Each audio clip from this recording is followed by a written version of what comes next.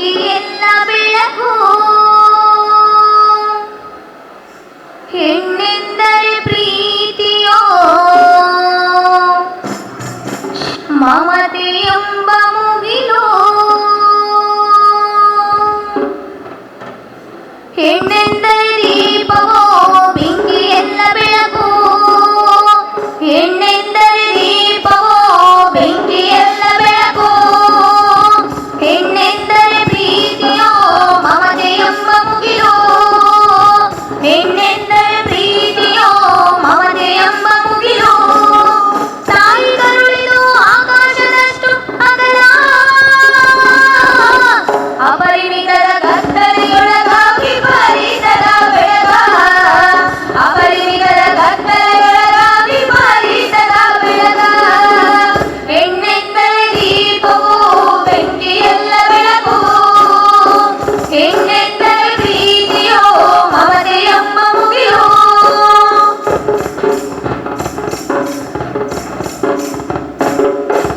ಬೆಳಕ ನೀಡಿದೆವು ಬೆಂಕಿ ಹಚ್ಚಿದಿರಿ ಯಾಕೆ ನೀವು ಯಾಕೆ. ತುತ್ತು ನೀಡಿದೆವು ಕತ್ತು ಇಸುಕಿದಿರಿ ಯಾಕೆ ನೀವು ಯಾಕೆ. ಬೆಳಕ ನೀಡಿದೆವು ಬೆಂಕಿ ಹಚ್ಚಿದಿರಿ ಯಾಕೆ ನೀವು ಯಾಕೆ. ತುತ್ತು ನೀಡಿದೆವು ಕತ್ತು ಇಸುಕಿದಿರಿ ಯಾಕೆ ನೀವು ಯಾಕೆ. ಬನ್ನಿ ಸಾಗೋಣ ಮುಂದೆ ಇರಿಸೋಣ ಹೆಜ್ಜೆಗಳ ನಾವು ಹೆಜ್ಜೆಗಳ. ಪ್ರೀತಿಯ ನುಡಿಸುತ್ತ ನಾದ ಚೆಲ್ಲೋಣ ಗೆಜ್ಜೆಗಳ. ತಾಯಿ ಕರುಳಿದು ಆಕಾಶದಷ್ಟು ಅಗಲ. ಅಪರಿಮಿತದ ಕತ್ತಲೆಯೊಳಗ ವಿಪರೀತದ ಬೆಳಗ. ಅಪರಿಮಿತದ ಕತ್ತಲೆಯೊಳಗ ವಿಪರೀತದ ಬೆಳಗ. ಹೆಣ್ಣೆಂದರೆ ದೀಪವು ಬೆಂಕಿ ಎಲ್ಲ ಬೆಳಕು. ಹೆಣ್ಣೆಂದರೆ ಪ್ರೀತಿಯೋ ಮಮತೆ ಎಂಬ ಮುಗಿಲು.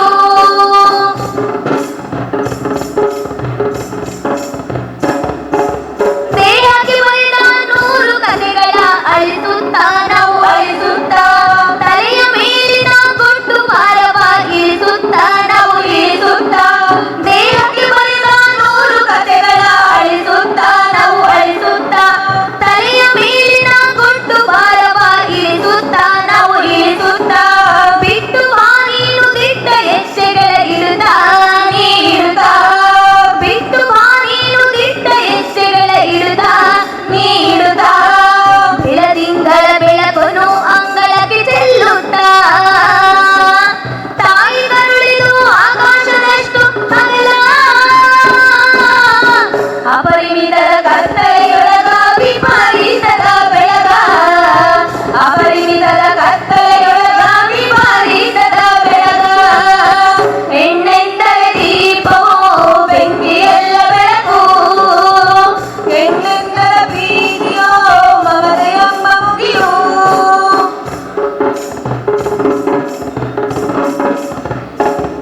ಹಚ್ಚಿಟ್ಟ ದೀಪವೊಂದು ಕೋಟಿ ಮನಸ್ಸುಗಳು ಬೆಳಗಲು.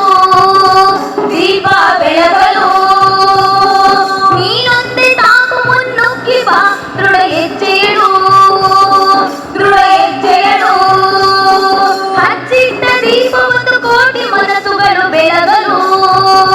ದೀಪ ಬೆಳಗಲು ನೀನೊಂದೇ ತಾಕು ಮುನ್ನುಗ್ಗಿ ಬಾ ದೃಢ ಹೆಜ್ಜೆಯಳು. ದೃಢ ಹೆಜ್ಜೆಯಳು.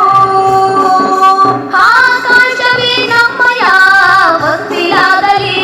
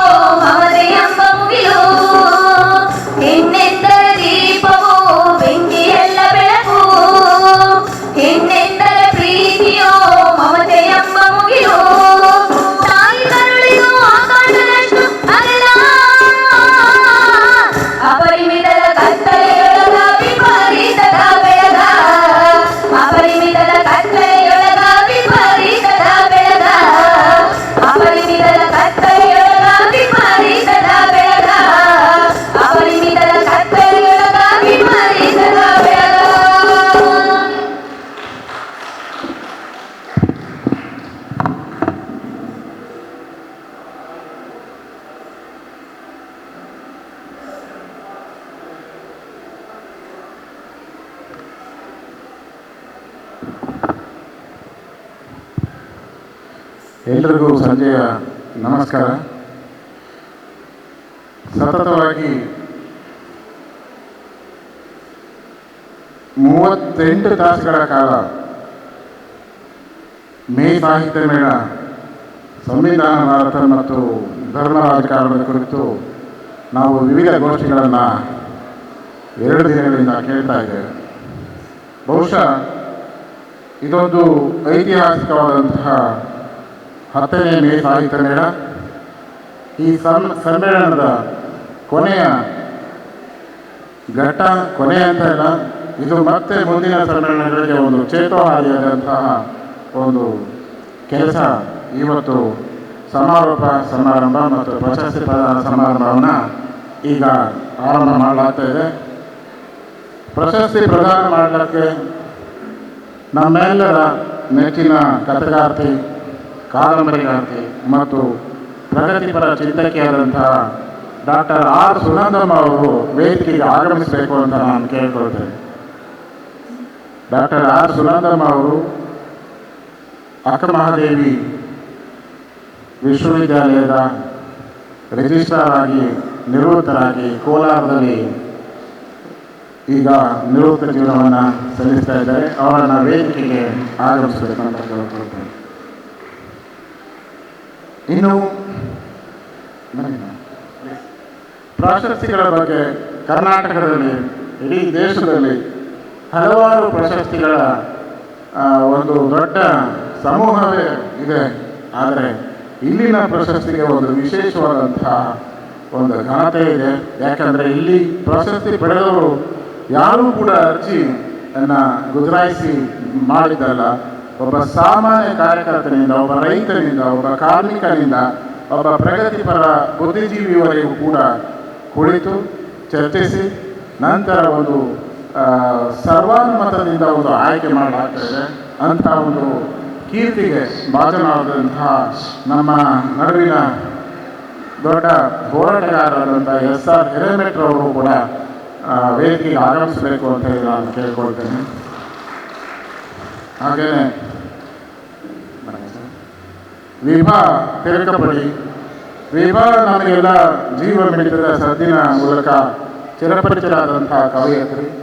ಅಂಥ ಪ್ರಶಸ್ತಿಯನ್ನು ಪ್ರತಿ ವರ್ಷದಿಂದ ಲಡಾಯಿ ಬಸು ಮತ್ತು ಸುನಂದ ಕಡಮೆ ದಂಪತಿಗಳು ಒಂದು ಸಂಚಾಲಕತ್ವದಲ್ಲಿ ನಿರಂತರವಾಗಿ ನಡ್ಕೊಂಡು ಬರ್ತಾ ಇದೆ. ಈ ಬಾರಿಯ ಒಂದು ಆ ಪ್ರಶಸ್ತಿಗೆ ಉದಯೋನ್ಮುಖ ಕವಿ ಸವಿರಾಜ್ ಆನಂದ್ ತೀರ್ಥಹಳ್ಳಿ ಅವರು ಕೂಡ ವೇದಿಕೆಗೆ ಆಗಮಿಸಬೇಕು ಅಂತ ಹೇಳಿ ನಾನು ಕೇಳಿಕೊಳ್ತೇನೆ. ಸವಿರಾಜ್ ಆನಂದ್. ನಂತರ ಕೆರೆಕೋಣದ ಸಹಾಯನದ ಒಬ್ಬ ದಿಟ್ಟ ಬರಹಗಾರ್ತಿ ಮಾಧವಿ ಭಂಡಾರಿ ಅವರು ಕೂಡ ಮಹಾತಾಯಿ ಪ್ರಶಸ್ತಿಯನ್ನು ಪಡೆದಿದ್ದಾರೆ. ಅವರು ಕೂಡ ವೇದಿಕೆಗೆ ಆಗಮಿಸಬೇಕು ಅಂತ ನಾನು ಕೇಳಿಕೊಳ್ತೇನೆ.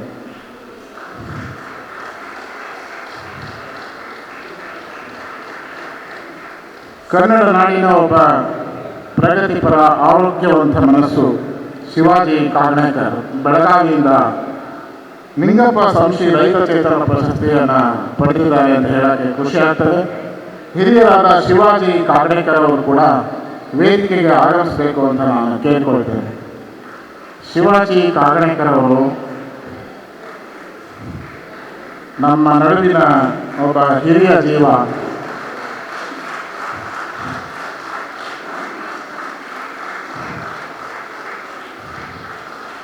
ಶಿವಾಜಿ ಕಾಗಣೇಕರ್ ಬೆಳಗಾವಿಯ ಪ್ರಗತಿಪರ ರೈತರು ಮತ್ತು ನಿನ್ನೆ ರಾತ್ರಿ ತಮ್ಮ ಎಂದಿನ ಧ್ವನಿಯಿಂದ ಜನಾರ್ದನ್ ಜಂಡಿಯವರು ಎಲ್ಲರನ್ನ ಸಿದ್ದಲಿಂಗಯ್ಯವರ ಹಾಡಿನ ಮೂಲಕ ಮತ್ತು ನಾಡಿನ ಎಲ್ಲ ಮೂಲೆ ಮೂಲೆಗೂ ತಲುಪಿದ್ದಾರೆ. ಸಮುದಾಯವನ್ನು ತುಂಬ ಒಂದು ಎತ್ತರಕ್ಕೆ ಒಯ್ದಂಥ ವ್ಯಕ್ತಿಗಳಲ್ಲಿ ಜನಾರ್ದನ್ ಜಂಡಿಯವರು ನಾಡಿಗೆ ಚಿರಪರಿಚಿತರು. ಅವರು ಕೂಡ ಪಂಚಪ್ಪ ಸಮುದಾಯ ಮಾರ್ಗ ಪ್ರಶಸ್ತಿಗೆ ಭಾಜನರಾಗಿದ್ದಾರೆ. ಅವರನ್ನು ವೇದಿಕೆಗೆ ಹೃತ್ಪೂರ್ವಕವಾಗಿ ಆಗಮಿಸಬೇಕು ಅಂತ ಕೇಳಿಕೊಳ್ತೇನೆ. ಬಹಳ ಮುಖ್ಯವಾಗಿ ನಮ್ಮ ನಡುವಿನ ದೊಡ್ಡ ಚಿಂತಕರು, ದಲಿತ ಹೋರಾಟಗಳಲ್ಲಿ ಮುಂಚೂಣಿ ನಾಯಕರಾದಂಥ ಮತ್ತು ಪತ್ರಕರ್ತರ ಆದಂಥ ಹಿಂದೂಧರ್ ಹೊನ್ನಾಪುರ ಅವರು ಬೆಂಗಳೂರು ಸಂವಾದ ಪತ್ರಿಕೆಯನ್ನು ನಿರಂತರವಾಗಿ ಇವತ್ತು ಕೂಡ ನಾವು ನೀವೆಲ್ಲ ನಿರಂತರವಾಗಿ ಓದ್ತಾ ಇದ್ದೇವೆ. ಅವರು ಈ ಬಾರಿ ಚಂದ್ರಶೇಖರ್ ಹೊಸ್ಮನಿ ಅಂಬೇಡ್ಕರ್ ಪತ್ರಿಕಾ ಮಾರ್ಗಿ ಪ್ರಶಸ್ತಿಗೆ ಭಾಜನರಾಗಿದ್ದಾರೆ. ಅವರನ್ನು ನಾನು ಈ ಸಭೆಗೆ ಆಗಮಿಸಬೇಕಂತೇಳಿ ಕೇಳಿಕೊಳ್ತೇನೆ. ಹಿಂದೂಧರ್ ಹೊನ್ನಾಪುರ ಅವರು ದಲಿತ ಚಿಂತಕರು ಮತ್ತು ಪ್ರಸ್ತುತ ಸಂವಾದ ಪತ್ರಿಕೆ ಅಂತ ಒಂದು ಅಪರೂಪದ ವಿಶಿಷ್ಟವಾದ ಮಾಸಪತ್ರಿಕೆಯನ್ನು ನಿರಂತರವಾಗಿ ನಡೆಸ್ಕೊಂಡು ಬರ್ತಾ ಇದ್ದಾರೆ. ಅವರನ್ನು ನಾನು ವೇದಿಕೆಗೆ ಆಗಮಿಸೋಕ್ಕೆ ಸಂತೋಷ ಆಗ್ತಾ ಇದೆ. ಮತ್ತೊಬ್ಬ ಸಮಾಜಮುಖಿ ಮಹಿಳೆ ಪ್ರಶಸ್ತಿಯನ್ನು ಭಾಗರಾದಂಥ ನಮ್ಮ ಉಚ್ಚಮ್ಮ ಚೌಧರಿ, ಕೊಪ್ಪಳದ ಉಚ್ಚಮ್ಮ ಚೌಧರಿ ಅವರು ಈ ಪ್ರಶಸ್ತಿಗೆ ಭಾಜನರಾಗಿದ್ದಾರೆ. ಅವರು ಕೂಡ ವೇದಿಕೆಗೆ ಆಗಮಿಸಬೇಕು ಅಂಥೇಳಿ ನಾನು ಕೇಳಿಕೊಳ್ತೇನೆ. ಉಚ್ಚಮ್ಮ ಚೌಧರಿ ಅವರು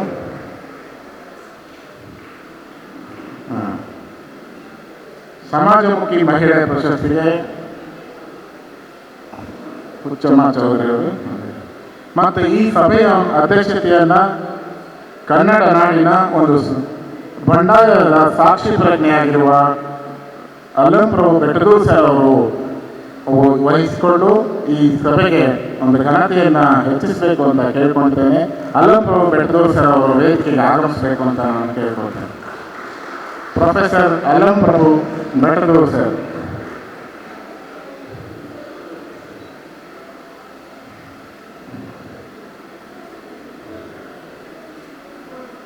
ಆ ನಂತರ ಮೇಳದ ಜೀವನಾಡಿಗಳಾದಂಥ ಚೆನ್ನು ಕಟ್ಟಿಮನಿ, ವೆಂಕಟಯ್ಯ ಅಪ್ಪಗೆರೆಯರು, ಜೇಸುದಾಸ್, ಮೋಹನ್ ದಾಸ್, ಮುತ್ತು ಹಾಲ್ಕೇರಿ, ಸರಸ್ವತಿ ಪಾಟೀಲ, ಮಾಲ್ತೇಶ್ ಮರೇಗೌಡರು ವೇದಿಕೆಗೆ ಆಗಮಿಸಬೇಕು ಅಂತ ನಾನು ಕೇಳ್ಕೊಳ್ತೇನೆ. ಚೆನ್ನು ಕಟ್ಟಿಮನಿ, ವೆಂಕಟಯ್ಯ ಅಪ್ಪಗೆರೆ,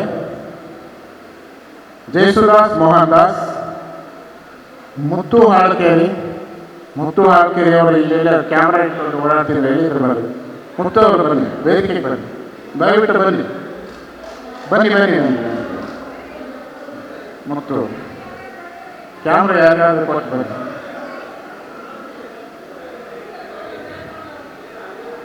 ಸರಸ್ವತಿ ಪಾಟೀಲ್ ಅವರು, madam Saraswati Patil, Maltesh Maregowda sir, Allamprabhu Bettadur sir. ಹಾಂ ಬನ್ನಿ ಸರ್.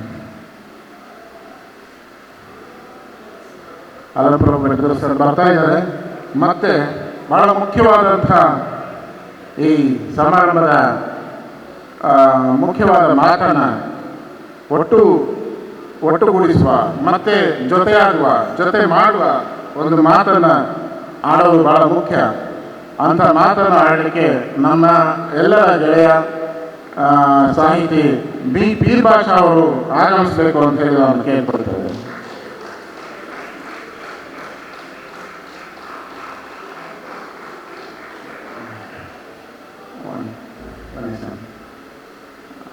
ನಂತರದಲ್ಲಿ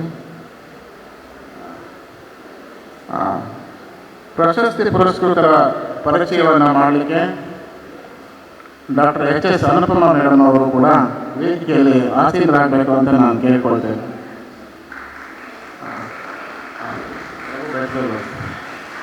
ಪ್ರೊಫೆಸರ್ ಅವರು ಬರ್ತಾ ಇದ್ದಾರೆ.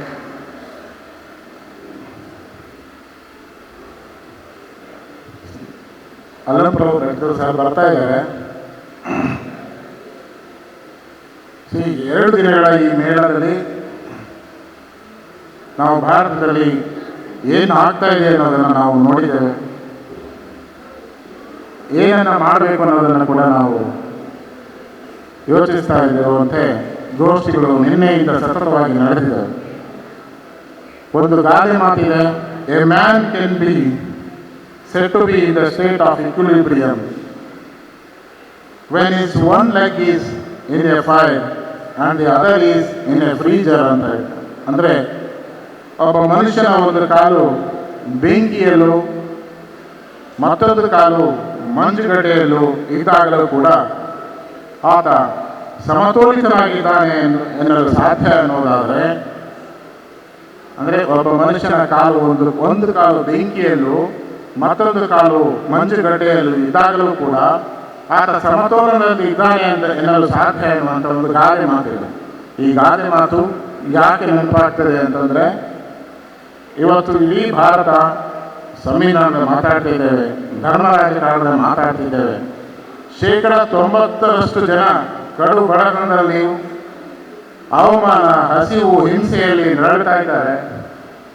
ಇನ್ನು ಕೇವಲ 10% ಜನ ಮಾತ್ರ ಅಗಾಧ ಶ್ರೀಮಂತಿಕೆಯಲ್ಲಿ, ಲೋಲುಪತಿಯಲ್ಲಿ ತೇಲಾಡ್ತಾ ಇದ್ದಾರೆ. ಈ ಅಗಾಧದ ವ್ಯತ್ಯಾಸವನ್ನು ನಾವು ಕಳೆದ 38 ತಾಸುಗಳಿಂದ ನಾವು ಕೇಳ್ತಾ ಬಂದಿದ್ದೇವೆ. ಇದೀಗ ಪ್ರೊಫೆಸರ್ ಅಲ್ಲಂಪ್ರಭು ಬೆಟ್ಟದೂರು ಸರ್ ಸಭೆಯ ಅಧ್ಯಕ್ಷತೆಯನ್ನು ವಹಿಸಿಕೊಳ್ಬೇಕು ಅಂತ ಹೇಳ್ತೇನೆ. ಮುಂದಿನ ಮಾತು ಈಗ ಪ್ರಶಸ್ತಿಗಳ ಕುರಿತು ಪ್ರಶಸ್ತಿಗಳ ಪ್ರದಾನಗಳನ್ನು ಕುರಿತಂತೆ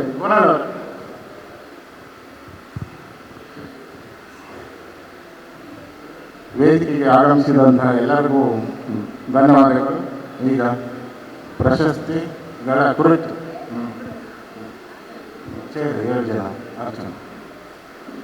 ಇದೀಗ ಬಹುಮುಖ್ಯವಾದ ಘಟ್ಟ ಪ್ರಶಸ್ತಿ ಪ್ರದಾನ ಸಮಾರಂಭ.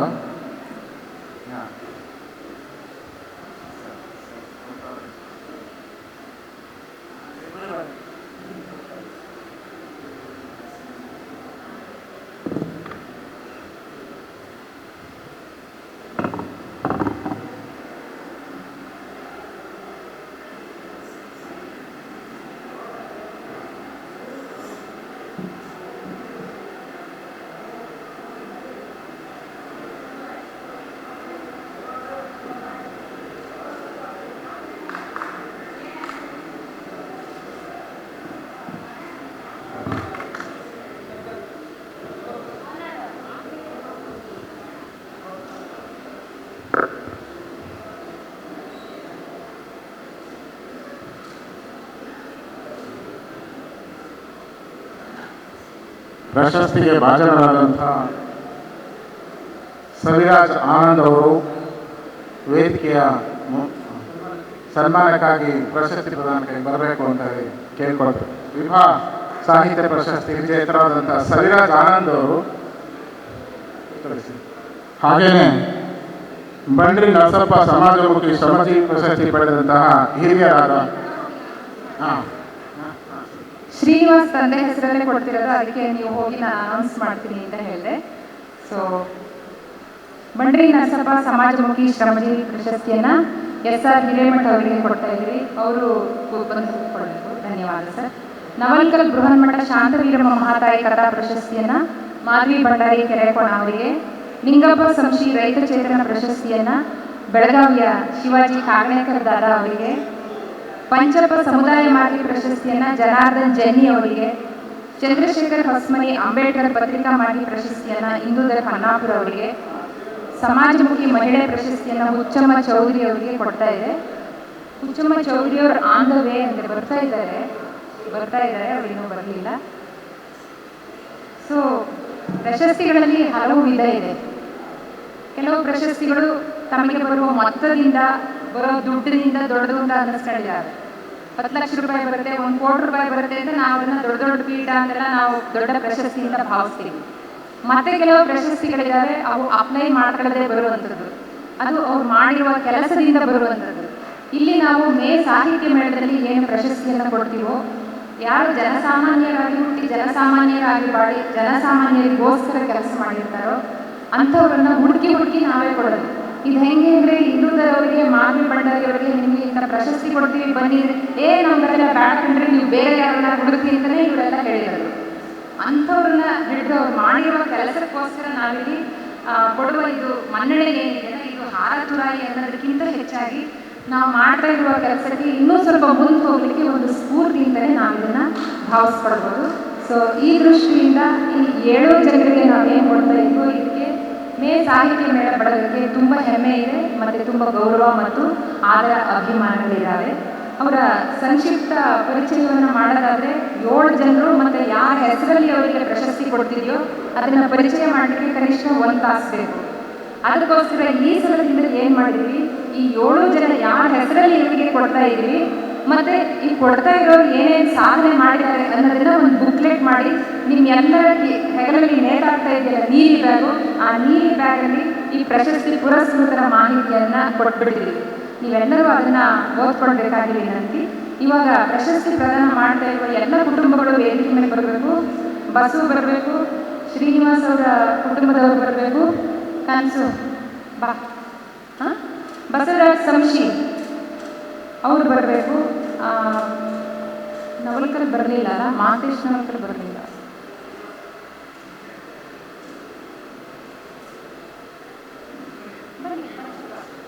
ಅನಿಲ್ ಹೊಸ್ಮನಿ ಸರ್ ಇದ್ದಾರೆ, ಹೊಸ್ಮನಿ ಸರ್ ಬರಬೇಕು. ಚನ್ನು ಗಟ್ಟಿಮನಿಯರು ಇಲ್ಲೇ ಇದ್ದಾರೆ.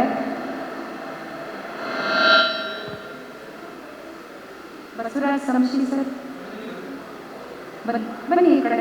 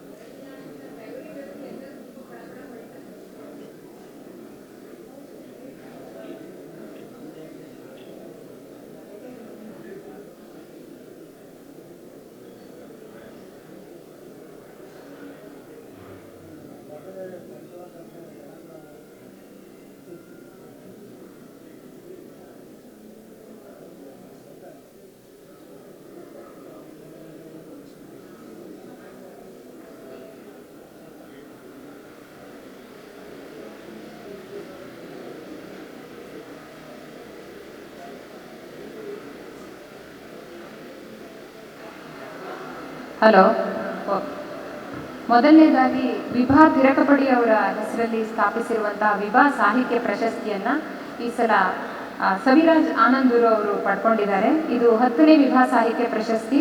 ಮತ್ತು ಪ್ರತಿ ವರ್ಷ ನಾವು ಹಸ್ತಪ್ರತಿಯನ್ನು ಆಹ್ವಾನಿಸಿ ಜೂನ್ ಜುಲೈ ತಿಂಗಳಲ್ಲಿ ಅದನ್ನು ಒಂದು ಗುಂಪು ಆ ಹಸ್ತಪ್ರತಿಯನ್ನು ಪರಿಶೀಲನೆ ಮಾಡಿ ಆನಂತರ ಯಾವ ಕವಿಗೆ ಕೊಡ್ಬೋದು 10-12 ಕೊನೆ ಇದರಲ್ಲಿ ಸೆಲೆಕ್ಟ್ ಮಾಡಿ ಆಮೇಲೆ ಅದನ್ನು ತೀರ್ಪುಗಾರರಿಗೆ ಕಳಿಸಿ ಅತ್ಯಂತ ಪಾರದರ್ಶಕವಾಗಿ ತೀರ್ಪುಗಾರರಿಗೆ ಯಾರಿಗೆ ಬಂದಿದೆ ಅಂತ ಗೊತ್ತಾಗಬಾರ್ದು, ಹೆಸರಿಲ್ದಂಗೆ ಬರೀ ಹಸ್ತಪ್ರತಿಯನ್ನು ಕಳಿಸಿ ನಾವು ಮಾಡುವಂಥದ್ದು. ಇವತ್ತು ಬೆಳಗ್ಗೆ ಅಷ್ಟೇ ಅವರದ್ದು ಗಂಡಸರನ್ನು ಕೊಲ್ಲಿರಿ ಅನ್ನುವ ಸಂಕಲನ ಬಿಡುಗಡೆ ಆಗಿದೆ, ಅದು ಹೊರಗಡೆನೂ ಸಹ ಇದೆ.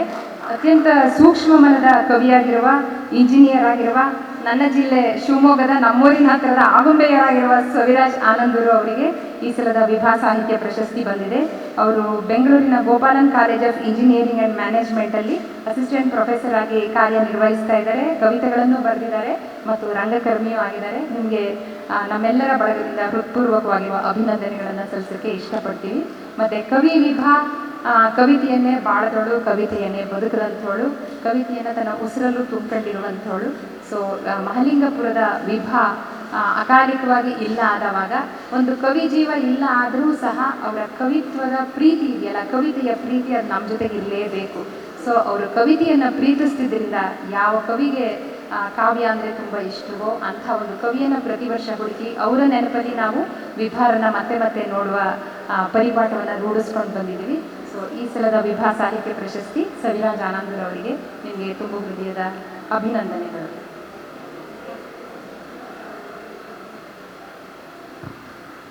ಎಲ್ಲರೂ ಚಪ್ಪಾಳೆ ಹೊಡಿರಪ್ಪ.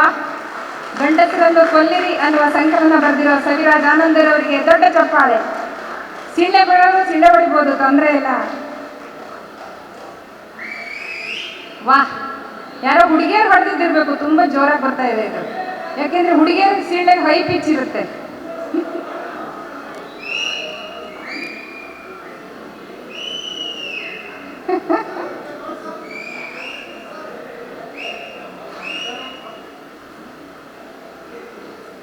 ಸೊ ದೊಡ್ಡ ಚಪ್ಪಾಳೆಯೊಂದಿಗೆ ಸವಿರಾಜ್ ಆನಂದೂರು ಅವರ ಕಾವ್ಯೋದ್ಯೋಗ ಹೀಗೆ ಮುಂದುವರಿಯಲಿ.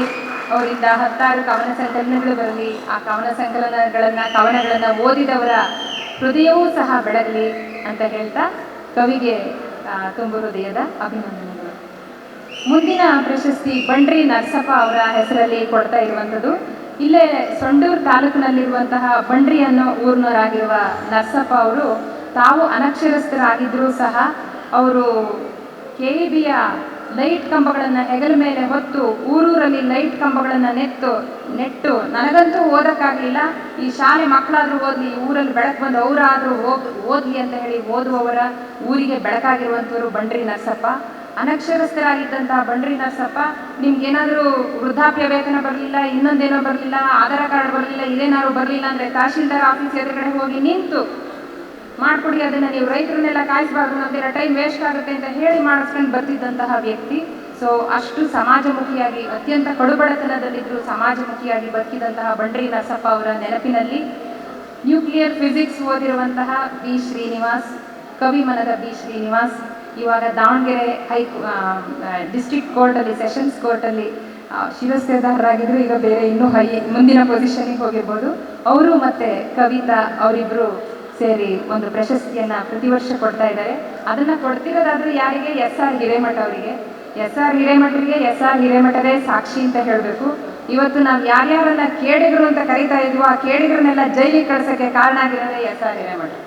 ಸೊ ಅಷ್ಟು ನಿರ್ಭಯವಾಗಿ ಅವ್ರ ಮೇಲೆ ಎಷ್ಟೊಂದು ಕೇಸ್ಗಳಿರ್ಬೋದು, ಅವರಿಗೆ ಪ್ರಾಣ ಭಯ ಇದೆ, ಆದ್ರೆ ನನಗೆ ಗನ್ ಮ್ಯಾನ್ ಬೇಡ, ಸತ್ಯವೇ ನನ್ನ ಗುರಾಣಿ ಅಂತ ಹೇಳ್ಕೊಂಡು ಇವತ್ತಿಗೂ 2nd ಕ್ಲಾಸ್ ಟ್ರೈನಲ್ಲಿ ಓಡಾಡ್ತಿರೋಂಥವ್ರು SR ಹಿರೇಮಠರು. ಇಂಜಿನಿಯರ್ ಆಗಿ ಅಮೆರಿಕಕ್ಕೆ ಹೋಗಿ ಶಿಕಾಗೋ, ಕಾನ್ಸಾಸ್ಗಳಲ್ಲೆಲ್ಲ ಅವರು ಇಂಜಿನಿಯರಿಂಗನ್ನು ಓದಿಕೊಂಡು ಬಂದು JP ಅವರ ಮೂಮೆಂಟಿನ ಉತ್ಸಾಹಕ್ಕೆ ಒಳಗಾಗಿ ಖಾಯಂ ಆಗಿ ಅಮೆರಿಕದಿಂದ ಭಾರತಕ್ಕೆ ಬಂದು ಇಲ್ಲೇ ನೆಲೆ ನಿಂತು ಅಮೆರಿಕನ್ ಮೇವಿಸ್ ಅನ್ನೋವರನ್ನ ಮದುವೆಯಾಗಿ ಭಾರತಕ್ಕೆ ಕರ್ಕೊಂಬಂದು ಶ್ಯಾಮಲಾ ಅನ್ನಾಗಿ ಮಾಡಿ, ಸೊ ಇಲ್ಲೇ ಹಾವೇರಿ ಹತ್ತಿರದ ಊರಿನಲ್ಲಿ ಅವರು ಒಂದು ಏನನ್ನ ಮಾಡಿದಾರೆ ಅದನ್ನ ನೋಡೋಕ್ಕೆ ನೀವೆಲ್ಲ ಹೋಗ್ಬೇಕು ಕಣ್ರಪ್ಪ ಎಲ್ಲ. ಅದರ ವಿವರಗಳು ಈ ಪುಸ್ತಕದಲ್ಲಿದೆ. ಸೊ ಅಂತ SR ಹಿರೇಮಠ ಅವರಿಗೆ, ಸಮಾಜಮುಖಿ ಆದವರಿಗೆ ಬಂಡ್ರಿ ನರಸಪ್ಪ ಪ್ರಶಸ್ತಿಯನ್ನು ಕೊಡ್ತಿರೋದಕ್ಕೆ ನಮಗೆ ತುಂಬ ಸಂತೋಷ ಇದೆ. ಸರ್, ನಿಮಗೆ 100 ವರ್ಷ ತುಂಬಿದ್ರು ಭ್ರಷ್ಟರೇನಿ ಭೂಮಿ ಮೇಲಿಂದ ಕಾಣೆ ಆಗಲ್ಲ, ಅವ್ರ ಸಂಖ್ಯೆ ಹೆಚ್ಚಾಗ್ತಾನೆ ಹೋಗ್ತಾ ಇರುತ್ತೆ. ಸೊ ನಾವು ನಿಮ್ಮ ಪೀಳಿಗೆನ ಮುಂದುವರಿಸ್ತೀವಿ. ನಿಮ್ಮ ಏನು 100ನೇ ಹುಟ್ಟಹಬ್ಬಕ್ಕೂ ನಾವೆಲ್ಲರೂ ಇಷ್ಟೇ ಸಂಭ್ರಮದಿಂದ ಒಟ್ಟಾಗ್ತೀವಿ ಅಂತ ಹೇಳ್ತಾ ಅವರಿಗೆ ತುಂಬ ಸಂತೋಷದಿಂದ ಮೇಳ ಬಳಗ ಈ ಪ್ರಶಸ್ತಿಯನ್ನು ಕೊಡಲಿಕ್ಕೆ ಇಷ್ಟಪಡ್ತಾ ಇದೆ. ಮುಂದಿನದು ನವಲ್ಕಲ್ ಬೃಹನ್ಮಠ ಶಾಂತವೀರಮ್ಮ ಪ್ರಶಸ್ತಿ. ಇದನ್ನು ಮಹಾಂತೇಶ್ ನವಲ್ಕಲ್ ಅನ್ನುವ ಕಥೆಗಾರರು ತಮ್ಮ ತಾಯಿಯ ಹೆಸರಲ್ಲಿ ಸ್ಥಾಪಿಸಿರುವಂತಹ ಒಂದು ಪ್ರಶಸ್ತಿ. ಈ ಕಡೆಯವರಿಗೆ ಅದು ಬೃಹನ್ಮಠಗಳಾಗಲಿ ಅಥವಾ ದಾಸೋಹ ಪರಂಪರೆಯಾಗಲಿ ಅದು ಸಾಮಾನ್ಯ ಅಂತ ಅನ್ನಿಸ್ಬೋದು. ಆದರೆ ನಮ್ಮ ಕಡೆಯವರಿಗೆ, ದಕ್ಷಿಣ ಕರ್ನಾಟಕದವರಿಗೆ ಅದೊಂದು ವಿಶೇಷ ಅಂತಲೇ ಅನಿಸುತ್ತೆ. ಮತ್ತು ಇಲ್ಲಿಯೂ ಸಹ ಬೃಹನ್ಮಠದಲ್ಲಿರುವಂತಹ ದಾಸೋಹ ಪರಂಪರೆಯನ್ನು ಅವರ ತನ್ನ ಬಾಳ ಸಂಗಾತಿ ಪಂಚಾಕ್ಷರಯ್ಯ ಅವರ ಕಾಲವಾದ ನಂತರನೂ ಸಹ ಇವರು ಶಾಂತವೀರಮ್ಮ ಅವರು ಮುಂದುವರಿಸ್ಕೊಂಡು ಬರ್ತಾರೆ. ಅವರು ಎಷ್ಟರ ಮಟ್ಟಿಗೆ ಆ ಮಠದಲ್ಲಿರುವ ಕೆಲಸ ಮಾಡುವವರಿಗೆ ಎಷ್ಟರ ಮಟ್ಟಿಗೆ ಹೇಳಿರ್ತಾರೆ ಅಂತಂದರೆ, ಯಾರಾದರೂ ಮೊದಲು ಮಠಕ್ಕೆ ಬಂದರೆ ನೀವು ಯಾರು, ಎಲ್ಲಿಂದ ಬಂದಿದ್ದೀರಿ, ಯಾವ ಜನ ಅಂತ ಕೇಳಬಾರ್ದು, ಫಸ್ಟ್ ಪ್ರಸಾದ ತಗೊಳ್ಳಿ ಅಂತ ಹೇಳಬೇಕು, ಪ್ರಸಾದ ತಗೊಂಡ ಮೇಲೆ ಯಾಕೆ ಬಂದಿದ್ದೀರಾ ಅಂತ ಕೇಳಬೇಕು ಅಂತ ಹೇಳಿದಂತಹ ಮಹಾ ಅನ್ನ ದಾಸೋಹಿ ಅವರು. ಸೊ ಅಂತಹ ನವಲ್ಕಲ್ ಶಾಂತವೀರಮ್ಮ ಅವರ ಹೆಸರಲ್ಲಿ ಅವ್ರ ಮಗ ಮಹಾಂತೇಶ್ ನವಲ್ಕರ್ ಹೋರಾಟಗಾರ್ತಿ, ಕಥೆಗಾರ್ತಿಗೆ ಪ್ರಶಸ್ತಿ ಕೊಡಬೇಕು ಅಂತ ಹೇಳಿದರು. ಸೊ ಹೋರಾಟಗಾರ್ತಿ, ಕಥೆಗಾರ್ತಿಯರು ಕೈಬೆರಳೆಣಿಯಕ್ಕೆ ಎಷ್ಟಿದ್ದಾರೆ ನಮ್ಮಲ್ಲಿ. ಅಂಥವರಲ್ಲಿ ಅಪರೂಪದ ಒಬ್ಬರು ಹುಚ್ಚಮ್ಮ ಚೌಧರಿ ಅವರು. ಬನ್ನಿ ಮೇಲ್ಗಡೆ. ಅಂಥ ಅಪರೂಪದವರಲ್ಲಿ ಒಬ್ಬರು ಮಾಧವಿ ಭಂಡಾರಿ. ಗುಲಾಬಿ ಕಂಪಿನ ರಸ್ತೆ ಅನ್ನುವ ಒಂದು ಕಥಾ ಸಂಕಲನದಲ್ಲಿ ಅದವರ ಮೊದಲ ಕಥಾ ಸಂಕಲನ ಆದರೂ ಸಹ ಅವರು ಇಷ್ಟೆಲ್ಲ 3-4 ದಶಕಗಳ ಅನುಭವ ಅದರೊಳಗೆ ಕಥೆಗಳಾಗಿ ಹರಳಗಟ್ಟಿದೆ. ಈಗ ಅವರು ಸಂಕಲನವನ್ನು ಪ್ರಕಟ ಮಾಡಿದ್ದಾರೆ. ಸೊ ಅತ್ಯಂತ ಸೂಕ್ಷ್ಮ ಮನದ ಕವಯಿತ್ರಿಯೂ ಕಥೆಗಾರ್ತಿಯೂ ಆಗಿರುವಂತಹ ಮಾಧವಿ ಭಂಡಾರಿಯವರಿಗೆ ನವಲ್ಕಲ್ ಬೃಹನ್ಮಠ ಶಾಂತವೀರಮ್ಮ ಅವರ ನೆನಪಿನ ಕಥಾ ಪ್ರಶಸ್ತಿ ಸಿಗ್ತಾ ಇರೋದು ನಮಗೆಲ್ಲ ತುಂಬ ಹೆಮ್ಮೆಯ ಸಂಗತಿಯಾಗಿದೆ. ಗುಲಾಬಿ ಕಂಪಿನ ರಸ್ತೆ ಈ ಪುಸ್ತಕದ ಹೆಸರು ನೆನಪಿಟ್ಕೊಳ್ಳಿ. ನೀವು ಓದಲೇಬೇಕಾಗಿರುವ ಲಿಸ್ಟಲ್ಲಿ ಇವತ್ತು ಬಿಡುಗಡೆ ಆಗಿರುವ ಗಂಡಸರನ್ನು ಕೊಲ್ಲಿರಿ ಮತ್ತು ಗುಲಾಬಿ ಕಂಪಿನ ರಸ್ತೆಯೂ ಸಹ ಸೇರಿದೆ. ಅದನ್ನು ನೆನಪಿಟ್ಕೊಂಡು ಎಲ್ಲರೂ ಓದಬೇಕು. ಸೊ ಮಾಧವಿ ಭಂಡಾರಿ ಅವರಿಗೆ ಅವರ ಮುಂದಿನ ಕವಿತೆಯ, ಕಥೆಯ, ಲೇಖನಿಯ, ಕೃಷಿಗೆ ಸಾಕಷ್ಟು ಸಮಯವೂ ಸ್ಫೂರ್ತಿಯೂ ಒದಗಿ ಬರಲಿ ಅಂತ ಹೇಳ್ತಾ, ಮಾಧವಿ ನಿಮಗೆ ನಮ್ಮಿಂದ ಲವ್ ಮತ್ತು ಶುಭಾಶಯಗಳು. ಮುಂದಿನ ಪ್ರಶಸ್ತಿ ಬಸವರಾಜ್ ಸಂಶಿ ಮತ್ತು ಕುಟುಂಬದವರು ತಮ್ಮ ತಂದೆ ನಿಂಗಪ್ಪ ಕರಿಯಪ್ಪ ಸಂಶಿ ಅವರ ಹೆಸರಲ್ಲಿ ಸ್ಥಾಪಿಸಿರುವಂತಹ ಒಂದು ಪ್ರಶಸ್ತಿ, ರೈತ ಚೇತನ ಪ್ರಶಸ್ತಿ. ನಿಂಗಪ್ಪ ಅನ್ನುವಂತಹ ಇಲ್ಲೇ ಗದಗ ಜಿಲ್ಲೆ ಲಕ್ಷ್ಮೇಶ್ವರ ತಾಲೂಕಿನ ಗಜನೂರಿನ ರೈತರಾಗಿರುವಂತಹ ನಿಂಗಪ್ಪ ಸಂಶಿ ಅವರು ಎಷ್ಟು ಮಟ್ಟಿಗೆ ಅವರು ಇದನ್ನು ಉಸಿರಾಡ್ತಾ ಇದ್ರು, ಮಣ್ಣನ್ನು ಅಥವಾ ಬೇಸಾಯನ ಉಸಿರಾಡ್ತಾ ಇದ್ರು ಅಂದರೆ ಅವ್ರ ಬಗ್ಗೆ ಎಲ್ಲ ಓದಿ ನನಗೆ ಒಂಚೂರು ಬರೆಯೋಕ್ಕೆ ಆಗಲಿಲ್ಲ. ಬರೀತಾ ಯಾರೋ ಹೇಳಿದ್ರಂತೆ, ಈ ಕಾಲದಲ್ಲೂ ನೀನು ಹಿಡ್ಕೊಂಬಂದಿಲ್ಲ, ಟ್ರ್ಯಾಕ್ಟರ್ ತಗೊಂಬ ಅಂತ. ಇವ್ರು 1,00,000 ರೂಪಾಯಿ ಕೊಟ್ಟು ಹಾವೇರಿ ಸಂತೆಗೆ ಹೋಗಿ ಹೆಸರು ತಗೊಂಬಂದಿದ್ದಾರೆ. ಇಷ್ಟು ದುಡ್ಡಿಗೆ ಟ್ರ್ಯಾಕ್ಟರ್ ಬರ್ತಿದ್ದಲ್ಲ, ಟ್ರ್ಯಾಕ್ಟರ್ ತಗೊಂಬ ಅಂದರೆ ಟ್ರ್ಯಾಕ್ಟರ್ ಏನಾದ್ರು ಸಗಣಿ ಹಾಕತ್ತಾ? ಎತ್ತಾದ್ರೂ ಸಗಣಿ ಹಾಕುತ್ತೆ, ಸಗಣಿ ಹಾಕಿದ್ರೆ ಕೃಷಿ ಇರುತ್ತೆ. ಇಲ್ಲಾಂದ್ರೆ ನೀವು ಟ್ರ್ಯಾಕ್ಟರ್ ತಂದರೆ ಕೃಷಿನಿಂದ ನಾವು ಬಾಯಿಗೆ ಸಗಣಿ ತಿನ್ಬೇಕಾಗುತ್ತೆ, ನಾನು ತರಲ್ಲ ಅಂತ ಹೇಳಿ ಎತ್ತನ್ನ ತಂದವರು ನಿಂಗಪ್ಪ ಸಂಶಿ ಅವರು. ಸೊ ಅವರ ಬಗೆಗಿನ ಆಸಕ್ತಿಕರ ಕಥನ ಈ ಪುಸ್ತಕದಲ್ಲಿದೆ, ಹೆಚ್ಚು ಹೇಳೋಕ್ಕೆ ಸಮಯ ಇಲ್ಲ. ಅಂಥ ನಿಂಗಪ್ಪ ಅವರು ಕೊನೆ ತನಕ ರೈತರಾಗಿ ಬಾಳಿದವರು. ಬಸವರಾಜ್ ಸಂಶಿ ಅವರು ವಕೀಲರು, ಉಳಿದವರೆಲ್ಲ ಓದಿ ಹೊರಗೆ ಹೋಗ್ಬಿಡ್ತಾರೆ. ಅವರ ಕಮ್ತ ಮಾಡೋರ ಮನೇಲಿ ಯಾರೂ ಇಲ್ಲ. ಸೊ ಮಗನ್ನ ಕಮ್ತ ಮಾಡಲಿಕ್ಕೆ ಅಂತ ಜೊತೆಗಿಟ್ಕೊಂಡು ಅವನನ್ನು ನೋಡು, ಈ ಎತ್ತಿನ ನೀನು ಹಿಂಗೆ ಉಜ್ಜಬೇಕು, ಇದನ್ನು ಹಿಂಗೆ ಗಳೆ ಹೊಡಿಬೇಕು, ಇದನ್ನು ರಂಟಿ ಹಿಂಗೆ ಹೊಡಿಬೇಕು, ಹಿಂಗೆ ಬಿತ್ತಬೇಕು ಅಂತ ಕೈ ಹಿಡಿದು ರೈತಾಪಿ ಕೆಲಸನ ಹೇಳ್ಕೊಟ್ಟು ಕೊನೆಗೆ ಮುಂದೆ ಅವರು TCH ಪಾಸ್ ಆಗಿ ಕೆಲಸಕ್ಕೆ ಹೋಗ್ಬಿಡ್ತಾನೆ. ಆಗ ಬೇಜಾರಾದ್ರೂ ಪಾಪ ಇಲ್ಲಿ ನಮ್ಮ ಬಸವ ಇದೆಯಲ್ಲ ಎತ್ತು, ಅದು ನಿನಗೆ ಆಶೀರ್ವಾದ ಮಾಡಿದೆ, ಅದಕ್ಕೆ ನೀನು ಹೋಗಿದ್ಯಾ, ಅವರು ದೇವ್ರ ದಯೆ ಅಂತ ಹೇಳಲ್ಲ, ಬಸವನ ದಯೆಯಿಂದ ನೀನು ಹೋಗಿದ್ಯಾ ಅಂತ ಹೇಳಿ ಅವ್ರನ್ನ ಕೆಲಸಕ್ಕೆ ಕಳಿಸ್ತಾರೆ. ಮತ್ತು ಊರವರೆಲ್ಲ ಅವ್ರು ತೀರ್ಕೊಂಡವಾಗ ಲಿಂಗೈಕ್ಯರಾದರು ಅಂತ ಹೇಳಿಲ್ಲಂತೆ, ಬಸವೈಕ್ಯರಾದರು ಅಂತ ಹೇಳಿದ್ರಂತೆ. ಅಷ್ಟು ಪ್ರೀತಿ ಎತ್ತುಗಳ ಮೇಲೆ. ಸೊ ಅಂಥ ಲಿಂಗಪ್ಪ ಕರಿಯಪ್ಪ ಸಂಶಿ ಅವರ ನೆನಪಿನಲ್ಲಿ ನಾವು ಕೊಡ್ತಾ ಇರೋದು ಶಿವಾಜಿ ದಾದಾ ಅವರಿಗೆ ಪ್ರಶಸ್ತಿಯನ್ನು. ಶಿವಾಜಿ ಕಾಗಡೇಕರ್ ಅಂದರೆ ಕರೆ ಮನುಷ್ಯ ಆಯ್ತಾ. ಅವ್ರಿಗೆ ಇದುವರೆಗೆ ಎಷ್ಟು ಪ್ರಶಸ್ತಿಗಳು ಬಂದಿದ್ದಾವೆ ಅಂತ ಇಲ್ಲ. ಬೆಳಗಾಂ ಜಿಲ್ಲೆ ಕಡೋಣಿ ಗ್ರಾಮದ 75 ವರ್ಷ ವಯಸ್ಸಿನ ಶಿವಾಜಿ ಕಾಗಡೇಕರ್ ಅವರು ಇದುವರೆಗೆ ಲೆಕ್ಕಕ್ಕೆ ಸಿಗೋ ಹಾಗೆ 6 ಕೆರೆ ಕಟ್ಟಿದ್ದಾರೆ. 6ಕ್ಕಿಂತ ಹೆಚ್ಚಿನ ಕೆರೆಗಳನ್ನು ಅಭಿವೃದ್ಧಿ ಮಾಡಿದ್ದಾರೆ. ಕೆರೆ ಕಟ್ಟೋದು ಅಂದರೆ ಸುಮ್ಮನೆ ಒಂದು ಹಣ್ಣ ತೋಡಿ ಕಲ್ಲಿಟ್ಟು ಏರಿ ಕಟ್ಟೋರಲ್ಲ ಅವರು. ಎಲ್ಲೋ ಒಂದು ಕೆರೆ ಆಗಬೇಕು ಅಂದರೆ ಅದಕ್ಕೆ ತಕ್ಕ ಜಾಗನ ಗುರುತಿಸಿ, ಅದರ ಜಲಾನಯನ ಪ್ರದೇಶನ ಗುರುತಿಸಿ, ಅಲ್ಲೆಲ್ಲ ಗಿಡ ನೆಟ್ಟು, ಅಲ್ಲೆಲ್ಲ ನೀರಿಂಗು ಮಾಡಿ, ಅದಕ್ಕೆ ನ್ಯಾಚುರಲ್ ಆಗಿರೋ ನೀರು ಬರೋ ಒಂದು ವ್ಯವಸ್ಥೆಯನ್ನು ಮಾಡಿ ಆಮೇಲೆ ಕೆರೆ ಕಟ್ಟಿದವರು. ಅವ್ರು ಹೆಂಗೆ ಕೆರೆ ಮಾಡಿದ್ದಾರೆ, ಎಷ್ಟು 1000 ಗಟ್ಟಲೆ ಗಿಡ, 20,000 ಗಟ್ಟಲೆ ಗಿಡ ನೆಟ್ಟಿದ್ದಾರೆ ಮನುಷ್ಯ ಅಂತಂದರೆ ನಮ್ಗೆ ನಂಬಕ್ಕಾಗತ್ತಾ? ಅವರು ಸಾಣೆ ಗುರೂಜಿ ಅವರ ಒಂದು ಆದರ್ಶಕ್ಕೆ ಬಿದ್ದು, ಗಾಂಧೀಜಿಯವರ ಆದರ್ಶಕ್ಕೆ ಬಿದ್ದು ಅವಿವಾಹಿತರಾಗಿ ಉಳಿದು ಶಾಲೆಗೆ ಸೇರಿಸ್ತಿರೋರ್ನೆಲ್ಲ ಕರ್ಕೊಂಡು ನಿನ್ನ ಮಕ್ಕಳನ್ನ ಶಾಲೆಗೆ ಸೇರಿಸುವಂಥ 3-4 ಹಳ್ಳಿಗಳನ್ನು ತಿರುಗಿ ಇವತ್ತಿಗೂ ನಾವು ಶಿವಾಜಿ ದಾದನ ಹಿಡಿಯೋಕ್ಕಾಗಲ್ಲ. ನಾವು ರಾಹುಲ್ ಫಾರ್ ಶಿವಾಜಿ ಅಂತ ಸೇವ್ ಮಾಡ್ಕೊಂಡಿದ್ದೀವಿ ನಂಬರ್ನ, ನಾನು ಬಸ್ಸು ಅವ್ರು ಹಿಡಿಯೋಕ್ಕಾಗಲ್ಲ. ಶಾರದಾ ಗೋಪಾಲ್ ಯಾರ್ಯಾರನ್ನ ಹಿಡಿದವ್ರನ್ನ ಎಲ್ಲ ಬೆಟ್ಟದ ಮೇಲೆ ಅಡ್ಡಾಡ್ತಾ ಇರ್ತಾರೆ, ಅವ್ರನ್ನ ಹಿಡ್ಕೊಂಡ್ಬರ್ಬೇಕು. ಅವರಿಗೆ ಚಡಪಡಿಸ್ತಾ ಇದ್ದಾರೆ, ಇಲ್ಲ ಅಲ್ಲಿದ್ದರೆ ನಾನು ಎಷ್ಟು ಗಿಡನೇ ಏನು ಕೆಲಸ ಮಾಡ್ತಿದ್ನೋ ಅಂತ ಅನ್ಕೊಳ್ತಾ ಇದ್ದಾರೆ. ಅಂಥ ನಿಜವಾದ ಕಾಯಕ ಜೀವಿ. ಅವರಿಗೆ ಹಲವಾರು ಪ್ರಶಸ್ತಿ ಬಂದಿದೆ. ಇದು ಪ್ರಶಸ್ತಿ ಕೊಡೋಕ್ಕಿಂತ ನನಗನ್ಸೋದು ಈ ಮಹಾನ್ ಚೇತನಗಳಿದಾರಲ್ಲ, ಅವ್ರ ಸರಳತೆ ಮತ್ತು ಅವರ ಕಾಯಿಕ ಪ್ರೇಮ ಇದೆಯಲ್ಲ, ಅದನ್ನು ನಾವು ಅಳವಡಿಸ್ಕೊಳ್ಬೇಕು. ಒಂದು ಪೈಸುದ್ದ ಅದು ಅವರಿಗೆ ನಿಜವಾಗಿ ಕೊಡೋ ಪ್ರಶಸ್ತಿ. ಆದರೂ ಸಹ ಸಾಂಕೇತಿಕವಾಗಿ ನಮ್ಮ ಪ್ರೀತಿನ ಶಿವಾಜಿ ದಾದಾಗೆ ತೋರಿಸಲಿಕ್ಕೆ ನಾವು ಇಷ್ಟಪಡ್ತಾ ಇದ್ದೀವಿ. ಸೊ ಎಲ್ಲರ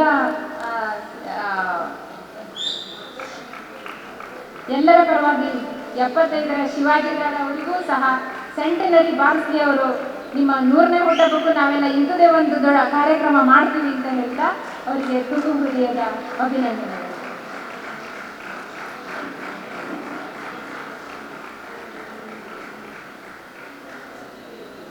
ಮುಂದಿನ ಪ್ರಶಸ್ತಿ ಪಂಚಪ್ಪ ಸಮುದಾಯ ಮಾರ್ಗಿ, ಅದು ಮೈಸೂರಿನ ಜನಾರ್ದನ್ ಜನ್ನಿ ಅವರಿಗೆ ಬಂದಿದೆ.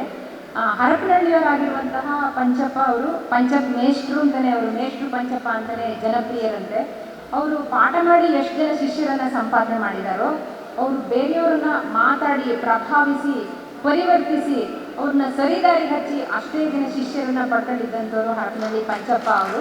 ಸೊ ಹರಪನಹಳ್ಳಿಯಲ್ಲಿ ಹುಟ್ಟಿ ಹರಪನಹಳ್ಳಿಯಲ್ಲೇ ಓದಿ 7 ಭಾಷೆಗಳನ್ನು ಕಲಿತಂಥವರಾಗಿ 2 ಬೇರೆ ಸ್ಥಳಗಳಲ್ಲಿ ಶಿಕ್ಷಕರಾಗಿ ಕೆಲಸ ಮಾಡಿ, ಆದರೂ ಸಹ ತಮ್ಮ ಹುಟ್ಟೂರು ಹರಪನಹಳ್ಳಿಯ ನಂಟನ್ನು ಬಿಟ್ಕೊಡದೆ ತಮ್ಮ ಮಕ್ಕಳನ್ನು, ತಮ್ಮ ಸುತ್ತಮುತ್ತ ಇರೋರನ್ನು ನಿಜವಾದ ಜಾತ್ಯತೀತವಾಗಿ ಬೆಳೆಯೋಕ್ಕೆ ಅನುವು ಮಾಡ್ಕೊಂಡಂಥವ್ರು ಹರಪನಹಳ್ಳಿ ಪಂಚಪ್ಪ. ಇಲ್ಲಿ ಯಾರಾದರೂ ಹರಪನಹಳ್ಳಿ ಸುತ್ತಮುತ್ತವರಿದ್ರೆ ಅವರಿಗೆ ಪಂಚಪ್ಪ ಮೇಷ್ಟ್ರು ಏನು ಅನ್ನೋದು ಗೊತ್ತಿರುತ್ತೆ, ನಾವು ಹೇಳೋದೇ ಬೇಕಾಗಿಲ್ಲ. ಸೊ ಅಂತಹ ಪಂಚಪ್ಪನವರ ಹೆಸರಲ್ಲಿ ಅವ್ರ ಮಗಳಾಗಿರುವ ಕವಿತಾ ಮತ್ತು ಅವರ ಮನೆಯವರೆಲ್ಲರೂ ಸೇರಿಬಿಟ್ಟು ಸಮುದಾಯ ಮಾರ್ಗಿ ಪ್ರಶಸ್ತಿಯನ್ನು, ಅದರಲ್ಲೂ ವಿಶೇಷವಾಗಿ ಅವರು ಬೀದಿ ನಾಟಕಗಳನ್ನು ಆಡಿಸಿದವರು, ಸಮುದಾಯದಲ್ಲಿ ಇಡೀ ಕರ್ನಾಟಕವನ್ನು ಸುತ್ತುವರೆದು ಬೆಂಚಿಯಂತಹ ಸಾಕಷ್ಟು ನಾಟಕಗಳನ್ನು ಅವರು ಮಾಡಿಸಿದ್ದಾರೆ. ಸೊ ಅಂಥ ಪ್ರಶಸ್ತಿಯನ್ನು ಈ ಸಲ ಮತ್ತೊಂದು ಅಂತಹದೇ ಕರ್ನಾಟಕ ಕಂಡ ಅಪೂರ್ವ ರಂಗಕಲಾವಿದ ಮತ್ತು ಹೋರಾಟಗಾರ ಎರಡೂ ಆಗಿರುವ ಜನಾರ್ದನ್ ಜನ್ನಿ ಅವರಿಗೆ ಕೊಡಲಿಕ್ಕೆ ಮೇ ಸಾಹಿತ್ಯ ಮೇಳ ಬಳಗಕ್ಕೆ ತುಂಬ ಖುಷಿಯಾಗುತ್ತೆ ಅಂತಲೇ ಹೇಳ್ಬೋದು. ನನ್ನ ಗೆಳತಿ ಸುಮತಿಯ ಬಾಳ ಸಂಗಾತಿ ಜನಾರ್ದನ್, ಅದು ಈ ಪರಿಚಯದ ಪುಸ್ತಕದಲ್ಲಿ ಬಂದಿಲ್ಲ, ಬಟ್ ನಾನು ಅದನ್ನು ಫಸ್ಟ್ ಹೇಳಬೇಕು, ಬೈದೇ ಇದ್ದ ತಪ್ಪಿಗೆ ಅದನ್ನೇ ಫಸ್ಟ್ ಹೇಳಕ್ಕೆ ಇಷ್ಟಪಡ್ತೀನಿ. ಅಂತರ್ಜಾತಿ ಮದುವೆ ಆಗಿ ಈಗಲೂ ಸಹ ಮೈಸೂರಲ್ಲೇ ಇದ್ದಾರೆ. ಇಬ್ಬರು ರಂಗಕರ್ಮಿಗಳಾಗಿ ಅದೇ ರೀತಿ ಮುಂದುವರಿತಾ ಇದ್ದಾರೆ. ಮೈಸೂರಿನ ಜನಾರ್ದನ್ ಅವರು ಕರ್ನಾಟಕದ ಜನಚಳವಳಿ ಮತ್ತು ರಂಗವಲಯದಲ್ಲಿ ಜನ್ನಿ ಅಂತಲೇ ಫೇಮಸ್ಸು. ಜನಾರ್ದನ್ ಅಂದರೆ ತುಂಬ ಜನರಿಗೆ ಯಾರಂತಲೇ ಗೊತ್ತಾಗಲ್ಲ, ಜನ್ನಿ ಅಂದರೆ ಎಲ್ಲರಿಗೂ ಗೊತ್ತಾಗುತ್ತೆ. ಸೊ ತಮ್ಮ ಉಪನಾಮಗಳಿಂದ ಖ್ಯಾತರಾಗಿರುವಂತಹ ಜನ್ನಿ ಅವರ ಕ್ರಾಂತಿ ಗೀತೆಗಳಿಂದ ಚಳುವಳಿಗೆ ದೊಡ್ಡ ಶಕ್ತಿಯನ್ನು ತುಂಬಿದಂಥವ್ರು. ನಿನ್ನೆ ಅವರು ಸಂಜೆ 1.5 ತಾಸು ಅವರು ಮಾತಾಡ್ತಾ ಹಾಡು ಹೇಳಿದಾಗಲೇ ನೀವು ನೋಡಿದ್ದೀರಾ. ಅವ್ರೇನು ಭಾಷಣ ಮಾಡ್ತಿದ್ದಾರಾ, ಏನು ಹಾಡು ಹೇಳ್ತಿದ್ದಾರಾ, ಏನು ಕ್ರಾಂತಿ ಗೀತೆಗಳನ್ನ ಏನೂ ಗೊತ್ತಾಗಲ್ಲ. ಅವ್ರದ್ದು ಬರೆಯೋದಕ್ಕೂ ಭಾಷಣ ಮಾಡೋದಕ್ಕೂ ಓದೋದಕ್ಕೂ ಎಲ್ಲದಕ್ಕೂ ಸಮ. ಹಾಗೆ ಕ್ರಾಂತಿಯನ್ನು ಉಸಿರಾಗಿಸಿಕೊಂಡಿರುವ ಜನಾರ್ದನ್ ಜನ್ನಿ ಅವರ ಸಂತತಿ ಹಾಗೇ ಮುಂದುವರಿತಾ ಇದೆ ಅಂತ ಇವತ್ತು ನಮಗೆ ಮತ್ತೊಂದು ಭರವಸೆ ಡಿಂಗ್ರಿ ಭರತನಲ್ಲಿ ಸಿಕ್ತು. ಆ ಹುಡುಗನೂ ಸಹ ಏನು ಆ ಥರ ತಮಟೆ ಪಡ್ಕೊಂಡು ಏನೋ ಒಂದು ಭಾಷಣ ಮಾಡ್ತಾನೋ ಹಾಡು ಹೇಳ್ತಾನೋ ನನಗೆ ಏನು ಗೊತ್ತಾಗಲಿಲ್ಲ. ಸರ್, ನಿಮ್ಮ ಸಂತತಿಯನ್ನು ಇದೇ ರೀತಿ ಮುಂದುವರಿಲಿ, ಜಾಸ್ತಿ ಎಷ್ಟೋ ಜನರನ್ನು ನೀವು ತಯಾರು ಮಾಡಿದಂಥವ್ರು. ನಿಮಗೆ ಮೇ ಮೇಳ ಬಳಗದ ಪರವಾಗಿ ಹೃತ್ಪೂರ್ವಕವಾದ ಅಭಿನಂದನೆಗಳನ್ನು ಹೇಳೋಕ್ಕೆ ಇಷ್ಟಪಡ್ತಾ ಇದ್ದೀನಿ. ಮುಂದಿನ ಪ್ರಶಸ್ತಿ ಚಂದ್ರಶೇಖರ್ ಹೊಸ್ಮನಿ ಅವರ ಹೆಸರಲ್ಲಿ ಅವ್ರ ಮಗ ಅನಿಲ್ ಹೊಸ್ಮನಿ ಮತ್ತು ಕುಟುಂಬದವರು ಇಟ್ಟಿರುವಂಥ ಅಂಬೇಡ್ಕರ್ ಮಾರ್ಗಿ ಪತ್ರಿಕಾ ಪ್ರಶಸ್ತಿ, ಅಂಬೇಡ್ಕರ್ ಪತ್ರಿಕಾ ಮಾರ್ಗಿ ಅನ್ನುವಂತಹ ಪ್ರಶಸ್ತಿ. ಚಂದ್ರಶೇಖರ್ ಹೊಸ್ಮನಿ ಅವರು ಬಿಜಾಪುರದವರು. ನಾನು ಹೊಸ್ಮನಿ ಅವರಿಗೆ ಹೇಳ್ತಾ ಇದ್ದೆ, ನೀವು ಜೀವನ ಚರಿತ್ರೆ ಬರೀಬೇಕು ಅಂತ, ಅಷ್ಟು ವಿವರವಾಗಿದೆ. ಬಹುಶಃ ಬಿಜಾಪುರ ಭಾಗದಲ್ಲಿ ಗಾಂಧಿವಾದಕ್ಕೆ ಪ್ರಭಾವಕ್ಕೆ ಮೊದಲು ಒಳಗಾಗಿ, ಆಮೇಲೆ ಕಾರ್ಮಿಕ ಅಂದರೆ ಮಾರ್ಕ್ಸಿಸ್ಟ್ ಚಳುವಳಿಯ ಹಿನ್ನೆಲೆ ತಗೊಂಡು ಅಲ್ಲಿಗೆ ಬಂದು, ಆಮೇಲೆ ಅಂಬೇಡ್ಕರ್ ವಾದಕ್ಕೆ ಬಂದು, ಮೂರನ್ನೂ ಸಮನ್ವಯ ಮಾಡಿಕೊಂಡು ಇಡೀ ಲೋಕಕ್ಕೆ ಹಿತರಾಗಿ ಬಾಳಿರುವಂತಹ ಒಂದು ದೊಡ್ಡ ಪರಂಪರೆ ಬಿಜಾಪುರದಲ್ಲಿದೆ. ಅಂತಹ ಪರಂಪರೆಗೆ ಸೇರಿದಂಥವರು ಚಂದ್ರಶೇಖರ್ ಹೊಸಮನಿಯವರು. ಅವರು ಕಾರ್ಖಾನಿಸಿದಾರಲ್ಲ, ಅವರು ಹಿಡ್ಕೊಂಡು ಬಂದು ದಲಿತ ಹುಡುಗರನ್ನ ಶಾಲೆಗೆ ಸೇರಿಸಿದವಾಗ ಇವರು ಶಾಲೆಗೆ ಸೇರಿದಂಥವ್ರು. ಅಷ್ಟು ಗಾಂಧಿಯ ಪ್ರಭಾವದಲ್ಲಿದ್ದವರು. ಆಮೇಲೆ ಓದಿ ತಾವು ಟೀಚರ್ ಆಗಿ ಪತ್ರಿಕೆಯನ್ನು ತಾವೇ ಶುರು ಮಾಡಿ ಕಷ್ಟದಿಂದ ಪತ್ರಿಕೆಯನ್ನು ನಡೆಸಿ, ಅವರು ದಲಿತ ಸಮುದಾಯಕ್ಕೆ ಕೆಲವು ಕಡೆ ಭೂಮಿ ಇದೆ, ಇವರಿಗೆ 22 ಎಕರೆ ಹೊಲ ಇರುತ್ತೆ ಇವರಿಗೆ. ಕೊನೆಗೆ ಇವರು ಪತ್ರಿಕಾ ವ್ಯವಸಾಯ, ಸಮಾಜ ಸೇವೆ ಎಲ್ಲಿ ಮಟ್ಟಿಗೆ ಮುಂದುವರಿತು, ನಾನು ನುಡಿದಂಗೆ ನಡಿಬೇಕು ಅನ್ನೋದು ಎಲ್ಲಿವರೆಗೆ ಮುಂದುವರಿತು ಅಂದರೆ ಅವ್ರ ಜಮೀನನ್ನೆಲ್ಲ ಮಕ್ಕಳಿಗಾಗಿ ಉಳಿಸಲೇ ಇಲ್ಲ. ಅವರು ಮಕ್ಕಳನ್ನೆಲ್ಲ ಓದಿಸಿ ಅಲ್ಲಿಗೆ ಬಿಟ್ಟಂತಹ, ನುಡಿದಂತೆ ನಡೆದು ಬದುಕಿದಂತಹ ಚಂದ್ರಶೇಖರ್ ಹೊಸ್ಮನಿಯವರು, ಅವರ ಹೆಸರಲ್ಲಿ ಈ ಸಲ ಪತ್ರಿಕಾ ಪ್ರಶಸ್ತಿಯನ್ನು, ಇದು ಮೊದಲನೇ ಪ್ರಶಸ್ತಿ, ನಮಗೆ ಮೊದಲನೇ ಪ್ರಶಸ್ತಿಯನ್ನು ಅವರಷ್ಟೇ ಅನನ್ಯವಾಗಿ ಒಂದು ಪತ್ರಿಕೋದ್ಯಮವನ್ನು, ಚಳುವಳಿಗಳ ಜೊತೆಗಿನ ನಂಟನ್ನು ರೂಪಿಸ್ಕೊಂಡಿರುವ ಇಂದೂಧರ್ ಹೊನ್ನಾಪುರ ಅವರಿಗೆ ಕೊಡಲಿಕ್ಕೆ ಮೇ ಸಾಹಿತ್ಯ ಮೇಳ ಬಳಗಕ್ಕೆ ತುಂಬ ಖುಷಿ ಇದೆ ಅಂತ ಹೇಳ್ಬೋದು. ಈಗಂತೂ ಉಳಿದ ವಿವರಗಳನ್ನು ನಾನು ಹೇಳಿದ್ರೆ ನಿಮಗೆ ಅಪರಿಚಿತ ಅನಿಸುತ್ತೆ, ಬಟ್ ಈಗಂತೂ ಸಂವಾದ ಅನ್ನುವ ಪತ್ರಿಕೆಯ ಮೂಲಕ ಮತ್ತು ಈ ಲೋಕಸಭೆಯ ಚಳುವಳಿಯ ಹೊತ್ತಲ್ಲಿ, ಚುನಾವಣೆಯ ಹೊತ್ತಲ್ಲಿ ಚಳುವಳಿಯೋಪಾದಿಯಲ್ಲಿ ಎಲ್ಲ ಕಡೆ ತಿರುಗಾಡಿ ಯಾಕೆ ನಾವು ಓಟ್ ಹಾಕಬೇಕು ಅಂತ ತಮ್ಮ 70 ವಯಸ್ಸಿನಲ್ಲೂ, 70 ವರ್ಷ ಆಗ ಅನ್ಸೋದೇ ಇಲ್ಲ ಇಂದೂಧರ್ ಅವರನ್ನು ನೋಡಿದ್ರೆ, ಈಗಲೂ ಸಹ ಉತ್ತರ ಕರ್ನಾಟಕ ಎಲ್ಲ ತಿರುಗಾಡಿಕೊಂಡು ಯುವಕರ ಜೊತೆ ಮತ್ತು ಎಲ್ಲ ಸಮುದಾಯಗಳ ಜೊತೆ ಎಲ್ಲ ವರ್ಗದವರ ಜೊತೆ ಒಡನಾಡಿ ಒಂದು ಸಮಾಜದ ಬದಲಾವಣೆಗೆ ಶ್ರಮಿಸ್ತಾ ಇದ್ದಾರೆ. ಅವರು ಕೇವಲ ಪತ್ರಿಕೆ ಮೂಲಕ ಅಷ್ಟೇ ಅಲ್ಲ, ಚಳುವಳಿ ಹೋರಾಟಗಳ ಮೂಲಕವೂ ಸಹ ಬಂದಂಥವರು. ಸ್ವತಃ ಪತ್ರಿಕೆಯನ್ನು ಶುರು ಮಾಡಿದವರು, ಪತ್ರಿಕೆಯ ಸಂಪಾದಕರಾಗಿದ್ದವರು, ಪ್ರಜಾವಾಣಿಯಿಂದ ಹಿಡಿದು ಸಾಕಷ್ಟು ಪತ್ರಿಕೆಯಲ್ಲಿ ಅವರು ಕೆಲಸ ಮಾಡಿದ್ದಾರೆ. ಸೊ ಶಾಲೆಯನ್ನು ಅವರು ಊರ ಹತ್ರ ಶುರು ಮಾಡಿದ್ದಾರೆ. 1ನೇ ಕ್ಲಾಸಿಂದ 10ನೇ ಕ್ಲಾಸ್ವರೆಗೆ ರೆಸಿಡೆನ್ಷಿಯಲ್ ಶಾಲೆಯನ್ನು ಶುರು ಮಾಡಿದ್ದಾರೆ. ಬಡ ಮಕ್ಕಳಿಗೆ ಉಚಿತ ಶಿಕ್ಷಣವನ್ನು ಸಹ ಕೊಡ್ತಾ ಇದ್ದಾರೆ. ಅಂತಹ ಇಂದೂಧರ್ ಹೊನ್ನಾಪುರ ಅವರಿಗೆ ಮೊದಲ ಚಂದ್ರಶೇಖರ್ ಹೊಸಮನಿ ಅಂಬೇಡ್ಕರ್ ಮಾತಿ ಪತ್ರಿಕಾ ಪ್ರಶಸ್ತಿಯನ್ನು ಕೊಡಲಿಕ್ಕೆ ಮೇ ಸಾಹಿತ್ಯ ಮೇಳ ಬಳಗಕ್ಕೆ ತುಂಬ ಹೆಮ್ಮೆ ಆಗ್ತಾ ಇದೆ ಅಂತ ಹೇಳ್ಬೋದು. ಹೊನ್ನಾಪುರ ಅವರಿಗೆ ಎಲ್ಲರ ಪರವಾಗಿ ಹೃತ್ಪೂರ್ವಕ ಅಭಿನಂದನೆ. ಸೀಟ್ ಎಲ್ಲ ಮುಗ್ದೇ ಹೋದವಪ್ಪ.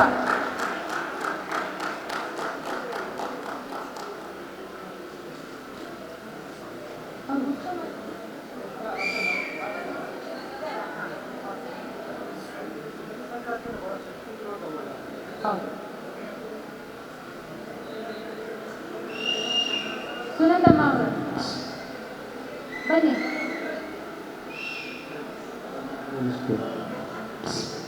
ಇವರೆಲ್ಲ ಇದ್ದಾರೆ ಅಂತಲೇ ನಮ್ಗೆ ಇಷ್ಟೆಲ್ಲ ಮಾತಾಡೋಕ್ಕೆ ಸ್ವಲ್ಪ ಧೈರ್ಯ ಇರೋದು. ಏನು ಬೇಕಾದ್ರೂ ಮಾತಾಡಿದ್ರು ಇವರೆಲ್ಲ ಇದ್ದಾರೆ ಅಂತಾನೆ. ಸೊ ಇಂಥವರ ಸಂತತಿ 100 ಆಗಬೇಕು ಅಂತ ಹೇಳ್ತಾ ಧನ್ಯವಾದಗಳು. ಮುಂದಿನ ಪ್ರಶಸ್ತಿ ಲಕ್ಷ್ಮೀಬಾಯಿ ಗುರ್ಲಿಂಗಪ್ಪ ಕಟ್ಟಿಮನಿ ಅವರ ಹೆಸರಲ್ಲಿ ಇರುವಂತಹ ಪ್ರಶಸ್ತಿ. ಬಿಜಾಪುರ ಜಿಲ್ಲೆ ತಾಳಿಕೋಟೆಯ ಒಬ್ಬ ಮಹಿಳೆ ಲಕ್ಷ್ಮೀಬಾಯಿ.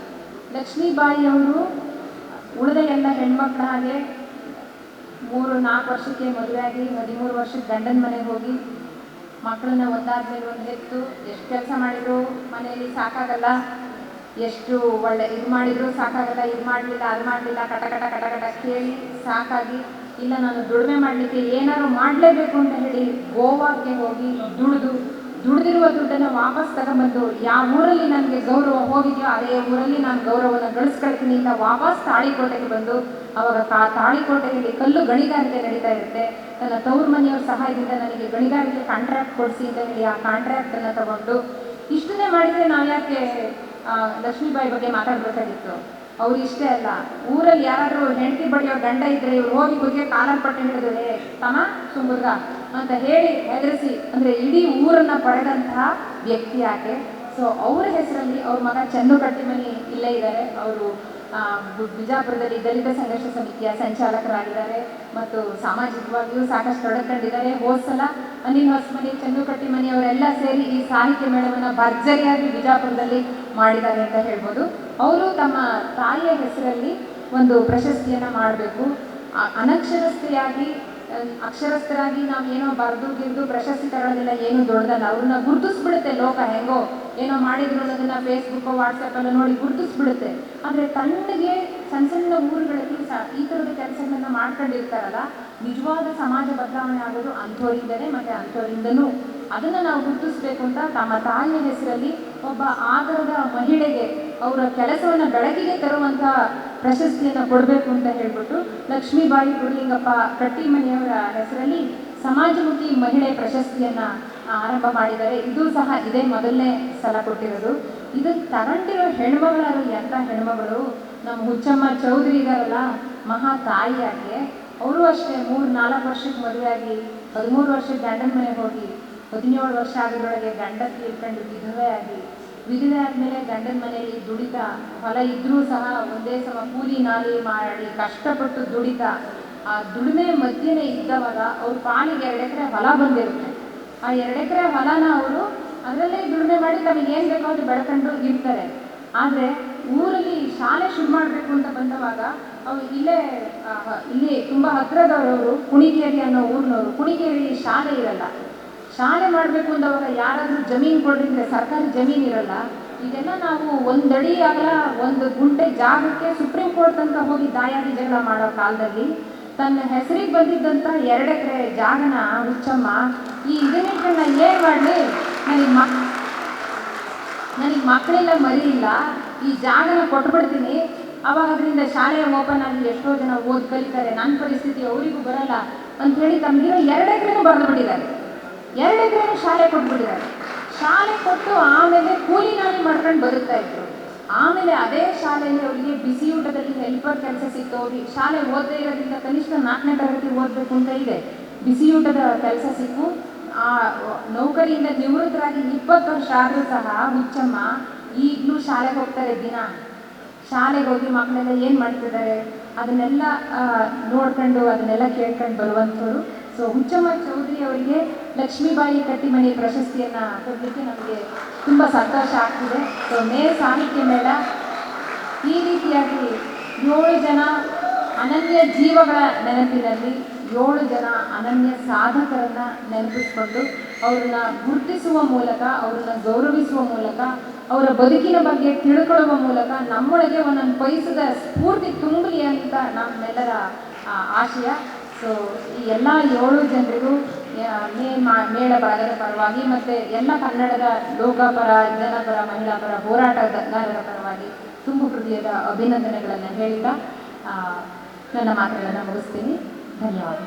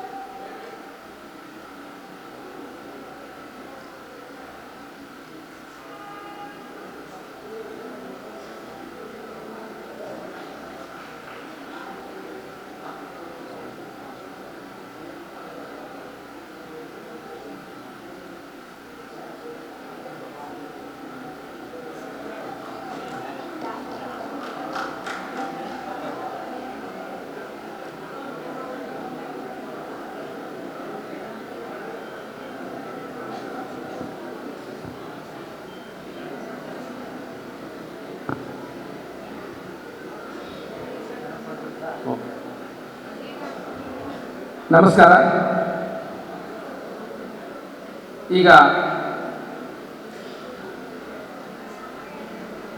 ಸಮಾರೋಪ ಮತ್ತು ಪ್ರಶಸ್ತಿ ಪ್ರಧಾನ ಭಾಗವಾಗಿ ಒಂದು ಹಂತದ ನಾವೀಗ ಮುಖ್ಯ ಒಂದು ಕಾರ್ಯಕ್ರಮವನ್ನು ನೆರವೇರಿಸಿದ್ದೀವಿ. ಎರಡನೇದಾಗಿ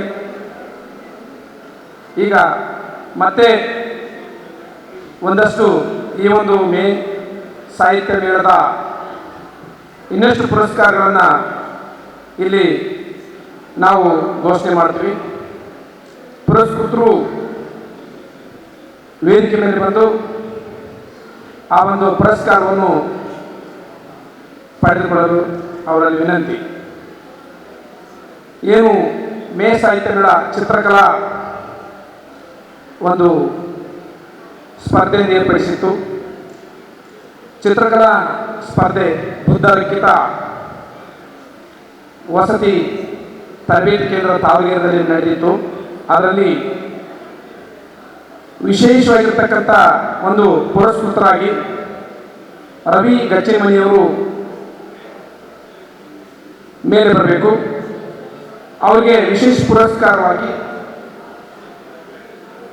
ಭೀಮಪ್ಪ ಅವಳಿ ಮತ್ತು ರತ್ನಾಕರ ಇವರು ಅವರಿಗೆ ಪುರಸ್ಕಾರವನ್ನು ಅವರು ಪ್ರದಾನ ಮಾಡ್ತಾರೆ. ದಯವಿಟ್ಟು ರವಿ ಗಚ್ಚಿಮನಿಯವರು ವೇದಿಕೆ ಬರಬೇಕು. ಹಾಗೆ ಭೀಮಪ್ಪ ಅವಳಿ ಮತ್ತು ಹೋರಾಟಗಾರ ರತ್ನಾಕರ್ ಅವರು.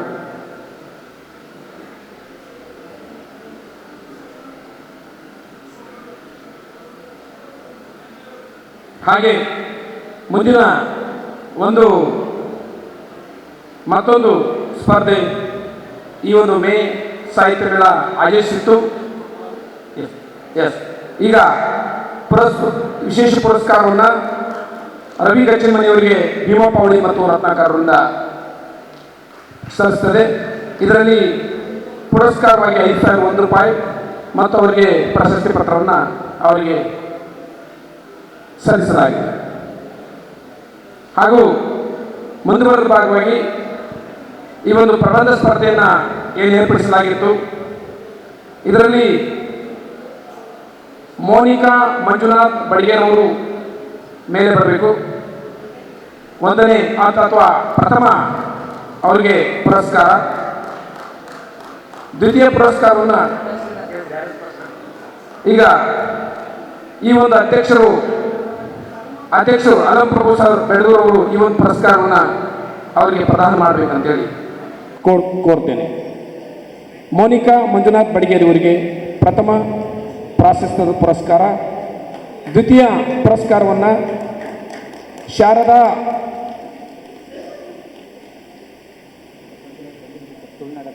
ತುಳುನಾಡವರು ಅವರು ಬಂದಿಲ್ಲ, ಅವ್ರ ಪರವಾಗಿ ಇಲ್ಲಿ ಮತ್ತೊಬ್ಬರು ಸ್ವೀಕರಿಸಿದ್ದಾರೆ.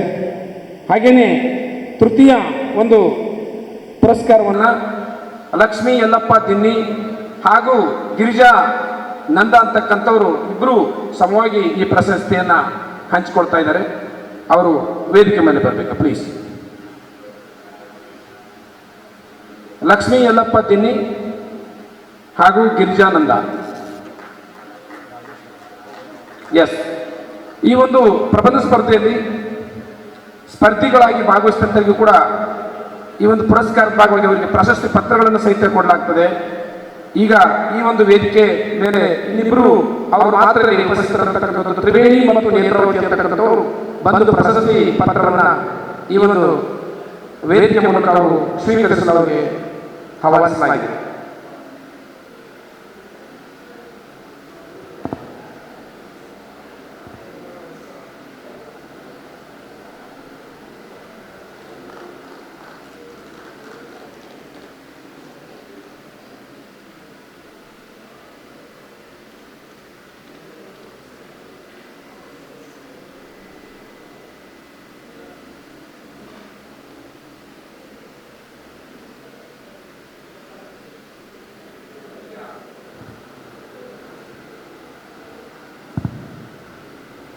ಈ ಒಂದು ಸಮಾರೋಪ ಮತ್ತು ಪ್ರಶಸ್ತಿ ಪ್ರದಾನ ಒಂದು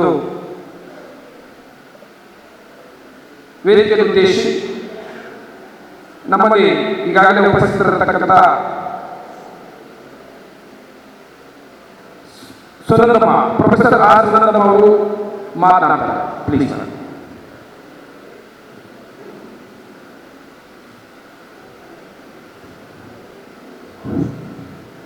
ಎಲ್ಲರಿಗೂ ನಮಸ್ಕಾರ. ವೇದಿಕೆಯಲ್ಲಿರುವ ಎಲ್ಲ ಪ್ರಶಸ್ತಿ ವಿಜೇತ ಎಲ್ಲ ಅಣ್ಣ ತಮ್ಮಂದಿರಿಗೆ, ತಂಗಿಯರಿಗೆ ನಾನು ಹೃತ್ಪೂರ್ವಕವಾಗಿ ಅಭಿನಂದನೆಗಳನ್ನು ಸಲ್ಲಿಸ್ತೀನಿ. ಹಾಗೆ ವೇದಿಕೆ ಮುಂಭಾಗದಲ್ಲಿರುವಂಥ ಅಣ್ಣ ತಮ್ಮರೇ ಮತ್ತು ಅಕ್ಕ ತಂಗಿಯರು, 2 ದಿನಗಳ ಕಾಲ ದೀರ್ಘವಾಗಿ ಮೇ 10ನೇ ಸಮ್ಮೇಳನ ನಡೆದಿದೆ. ಇದರಲ್ಲಿ ನೀವೆಲ್ಲರೂ ಕೂಡ ಸಂವಿಧಾನ, ಭಾರತ ಮತ್ತು ಧರ್ಮ ರಾಜಕಾರಣ ವಿಷಯವನ್ನು ಸುದೀರ್ಘವಾಗಿ ಭಾಷಣಗಳನ್ನು ಕೇಳಿದ್ದೀರಿ, ಚರ್ಚೆಗಳನ್ನು ಮಾಡಿದ್ದೀರಿ. ಕೇಳಿಸ್ತಾ ಇಲ್ಲ ಹಾಂ, ಸುದೀರ್ಘವಾದ ಭಾಷಣ ಮತ್ತು ಚರ್ಚೆಗಳಲ್ಲಿ ಭಾಗವಹಿಸಿದ್ದೀರಿ ಮತ್ತು ಸಂಘಟಕರ ಆತಿಥ್ಯವನ್ನು ಕೂಡ ಸ್ವೀಕರಿಸಿದ್ದೀರಿ. ಸೊ ಈ ಪ್ರಶಸ್ತಿಗಳನ್ನು ಪ್ರದಾನ ಮಾಡಲಿಕ್ಕೆ ನನಗೆ ತುಂಬ ಸಂತೋಷ ಆಗಿದೆ.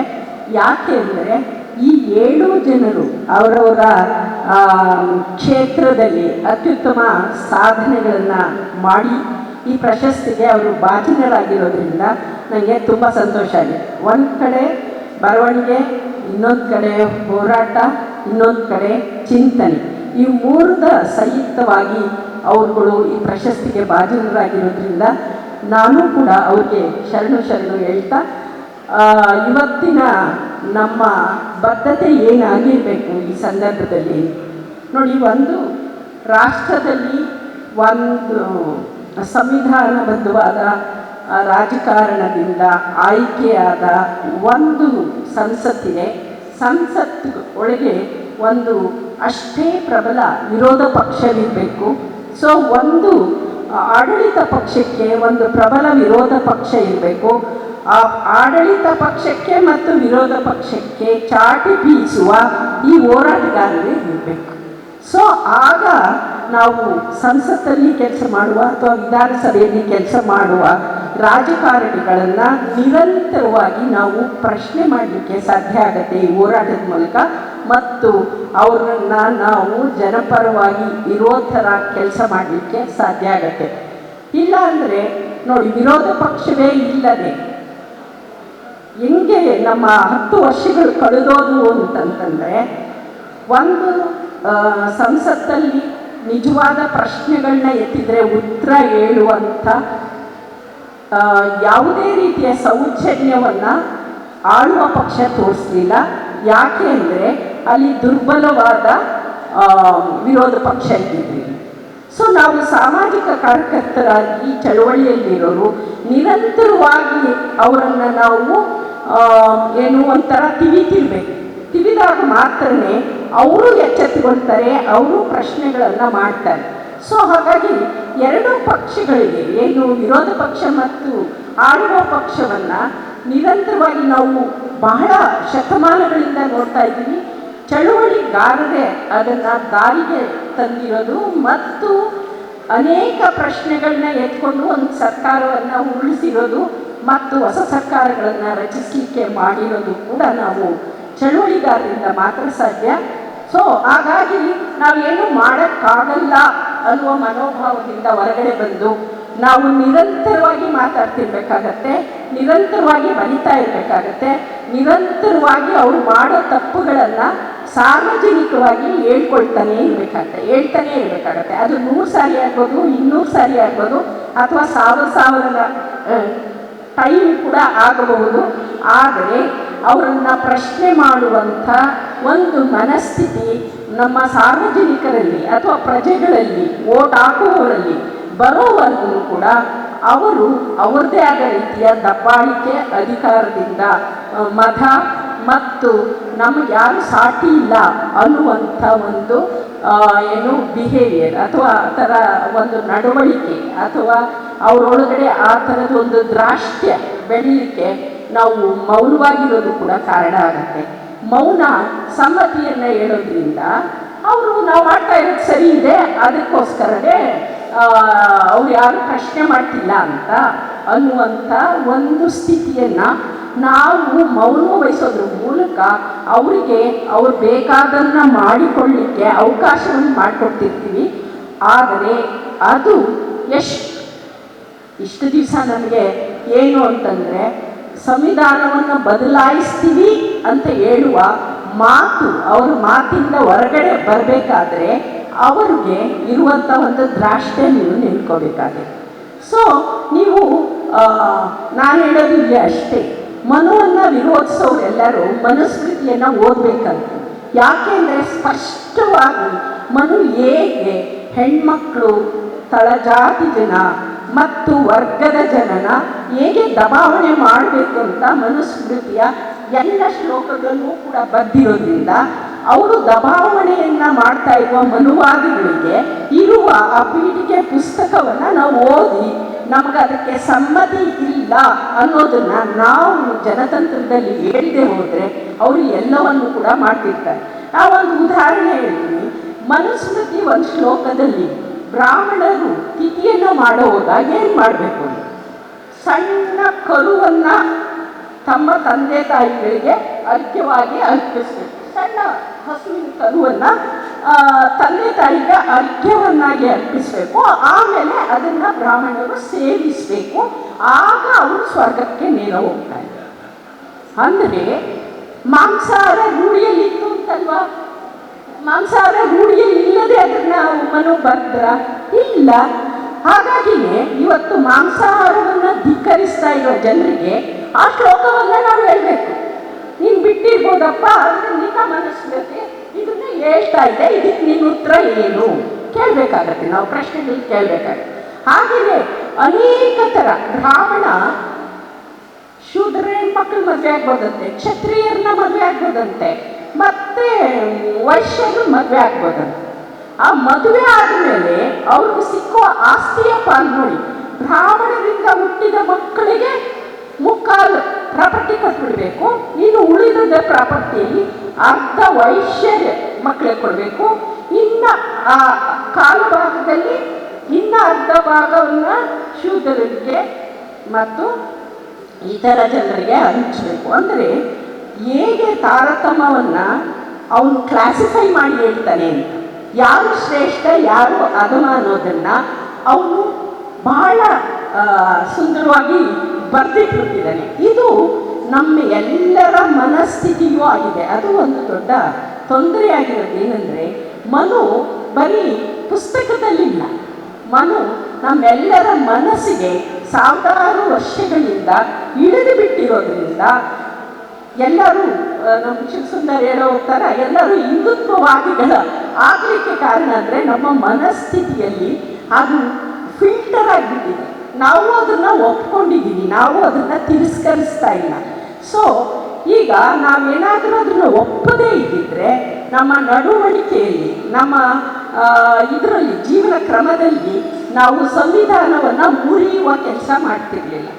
ನೋಡಿ, ಸಂವಿಧಾನದಲ್ಲಿರುವ ಪ್ರತಿಯೊಂದು ಸೆಕ್ಷನ್ಗಳು ನಮ್ಮ ಹೆಣ್ಮಕ್ಳಿಗೆ ಏನೇನು ಸವಲತ್ತು ಬಂದಿದೆಯೋ ಅದನ್ನು ಎಲ್ಲ ಬ್ರೇಕ್ ಮಾಡೋರು ಯಾರು?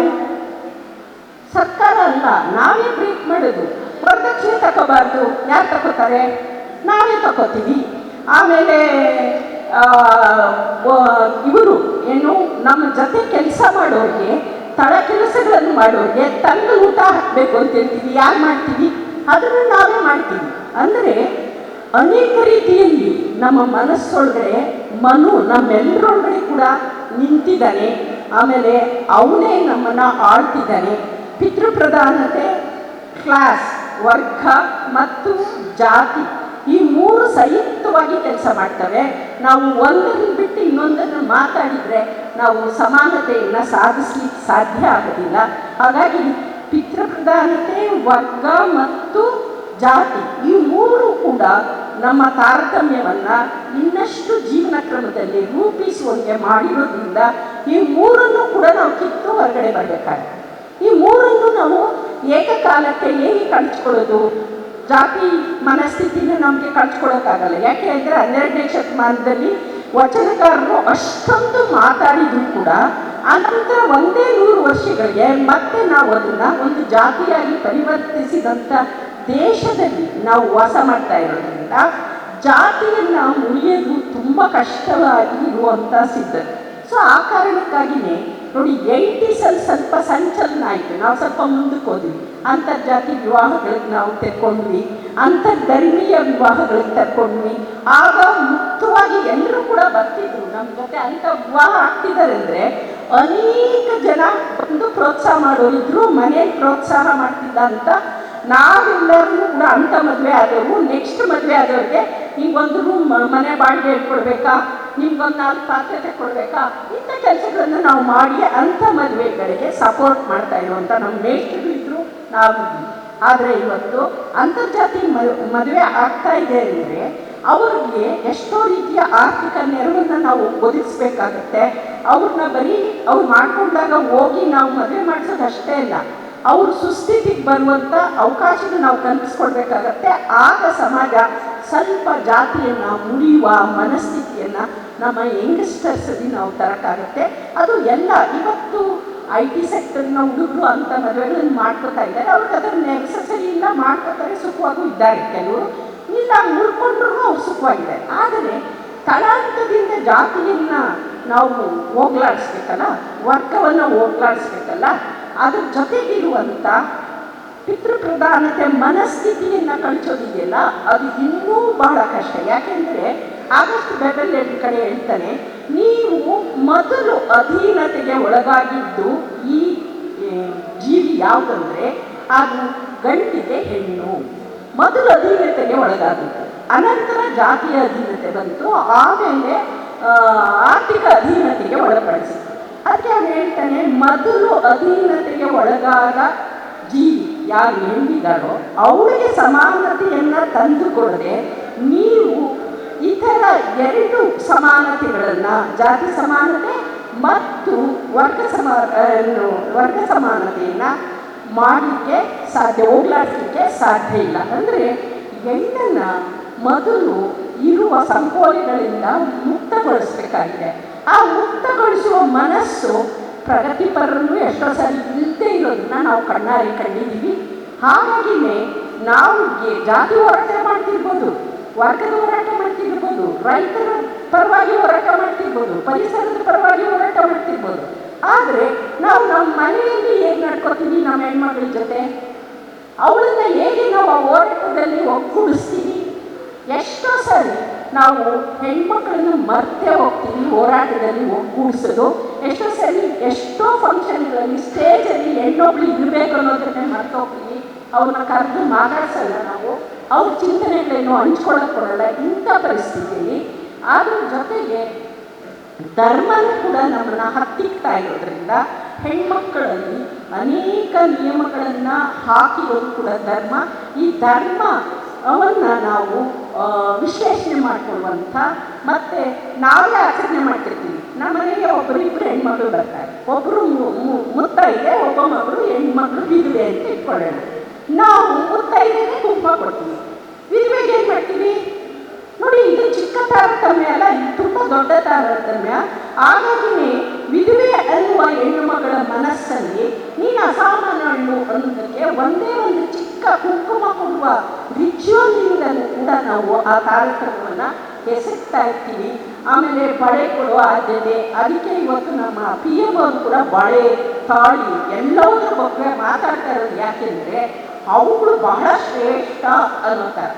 ಅವು ಕನಿಷ್ಠಗೊಳಿಸಿದ ಹೊರತು ನಾವು ನಮ್ಮ ಜೀವನದ ಕ್ರಮದಲ್ಲಿ ನಾವು ತಾಳಿನ ಬಳೆನ ನಿರಾಕರಿಸಿದೆ ಹೊರತು ನಾವು ಕೂಡ ಸಮಾನತೆಯನ್ನು ಪಡ್ಕೊಳ್ಳೋಕ್ಕಾಗೋದಿಲ್ಲ. ಮದುವೆ ಆದ್ಮೇಲೆ ಇಬ್ಬರಿಗೂ ಆಗ್ತದೆ, ಹೆಣ್ಮಕ್ಳಿಗೆ ಮಾತ್ರ ಯಾಕೆ ತಾಳಿ ಕಟ್ಟಬೇಕು? ಒಂದು ರಿಜಿಸ್ಟರ್ ಮ್ಯಾರೇಜ್ ಮಾಡ್ಕೊಂಡು ಇಬ್ಬರು ಸೈನ ಹಾಕಿ ಬರ್ಬೋದಲ್ಲ.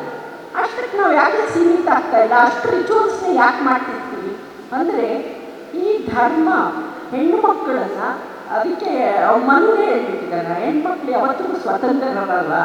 ಅವರು ಬೆಳೀತಾ ಹುಟ್ಟುತ್ತಾ ತಂದೆಯ ಅಧೀನರು, ಬೆಳೀತಾ ಗಂಡನ ಅಧೀನರು, ನೆಕ್ಸ್ಟ್ ಮಕ್ಕಳಿಗೂ ಅಧೀನರು.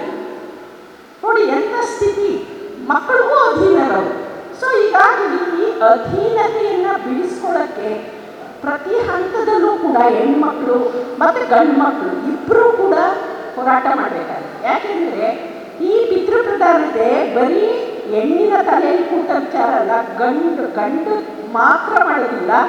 ಎಷ್ಟೋ ಆಶಯಗಳು, ಪಿತೃಪ್ರಧಾನತೆ ಆಶಯಗಳನ್ನು ಜಾರಿಗೊಳಿಸೋದು ಹೆಣ್ಮಕ್ಳೇ ಆಗಿರ್ತೀವಿ.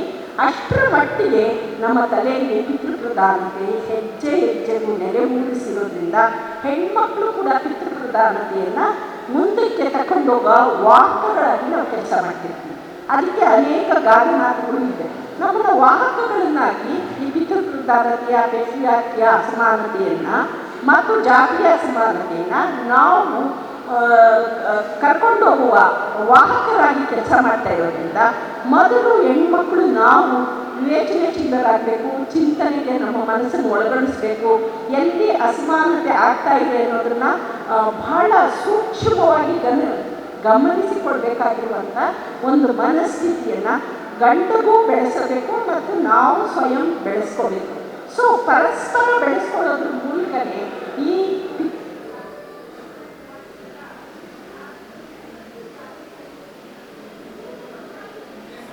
ಅಸಮಾನತೆಯನ್ನು ಹೋಗಲಾಡಿಸಲಿಕ್ಕಾಗತ್ತೆ ಅಂತ ಹೇಳ್ತಾ ನನ್ನ ಮಾತನ್ನು ಮುಗಿಸ್ತೀನಿ.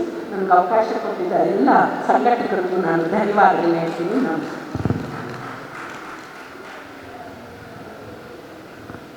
ಧನ್ಯವಾದಗಳು ಮೇಡಮ್. ಅತ್ಯಂತ ಅರ್ಥಪೂರ್ಣವಾದ ಮಾತುಗಳನ್ನು ಹೇಳಿದಂಥ ಶ್ರೀಮತಿ ಸುನಂದಮ್ಮ ಅವರಿಗೆ ಧನ್ಯವಾದಗಳು. ನೆನಪಿನ ಕಾಣಿಕೆಯನ್ನು ಪ್ರೊಫೆಸರ್ ಅಲ್ಲಂಪುರ ಬೆಟ್ಟದೂರು ಅವರು ಸುನಂದಮ್ಮ ಅವರಿಗೆ ಕೊಡಬೇಕು ಅಂತ ಹೇಳಿ ನಾನು ಕೇಳ್ಕೊಳ್ತೇನೆ. ಈಗ ನಾಡಿನ ಸಾಕ್ಷಿ ಪ್ರಜ್ಞೆಗಳಂತಲೇ ಹೇಳ್ಬೋದು 7 ಜನ ಪ್ರಶಸ್ತಿ ಪುರಸ್ಕೃತರು. ಆ ಪ್ರಶಸ್ತಿ ಪುರಸ್ಕೃತರು ಸಂಕ್ಷಿಪ್ತವಾಗಿ ತಮ್ಮ ಅನಿಸಿಕೆಗಳನ್ನು ಹೇಳ್ಕೊಳ್ಬೇಕು ಅಂತೇಳಿ ನಾನು ಕೇಳ್ಕೊಳ್ತೇನೆ. ಮೊದಲನೇದಾಗಿ ಸವಿರಾಜ್ ಆನಂದ್ ಅವರು ವಿಭಾ ಪ್ರಶಸ್ತಿ ಪುರಸ್ಕೃತ ಸಾಹಿತಿ, ಕವಿ.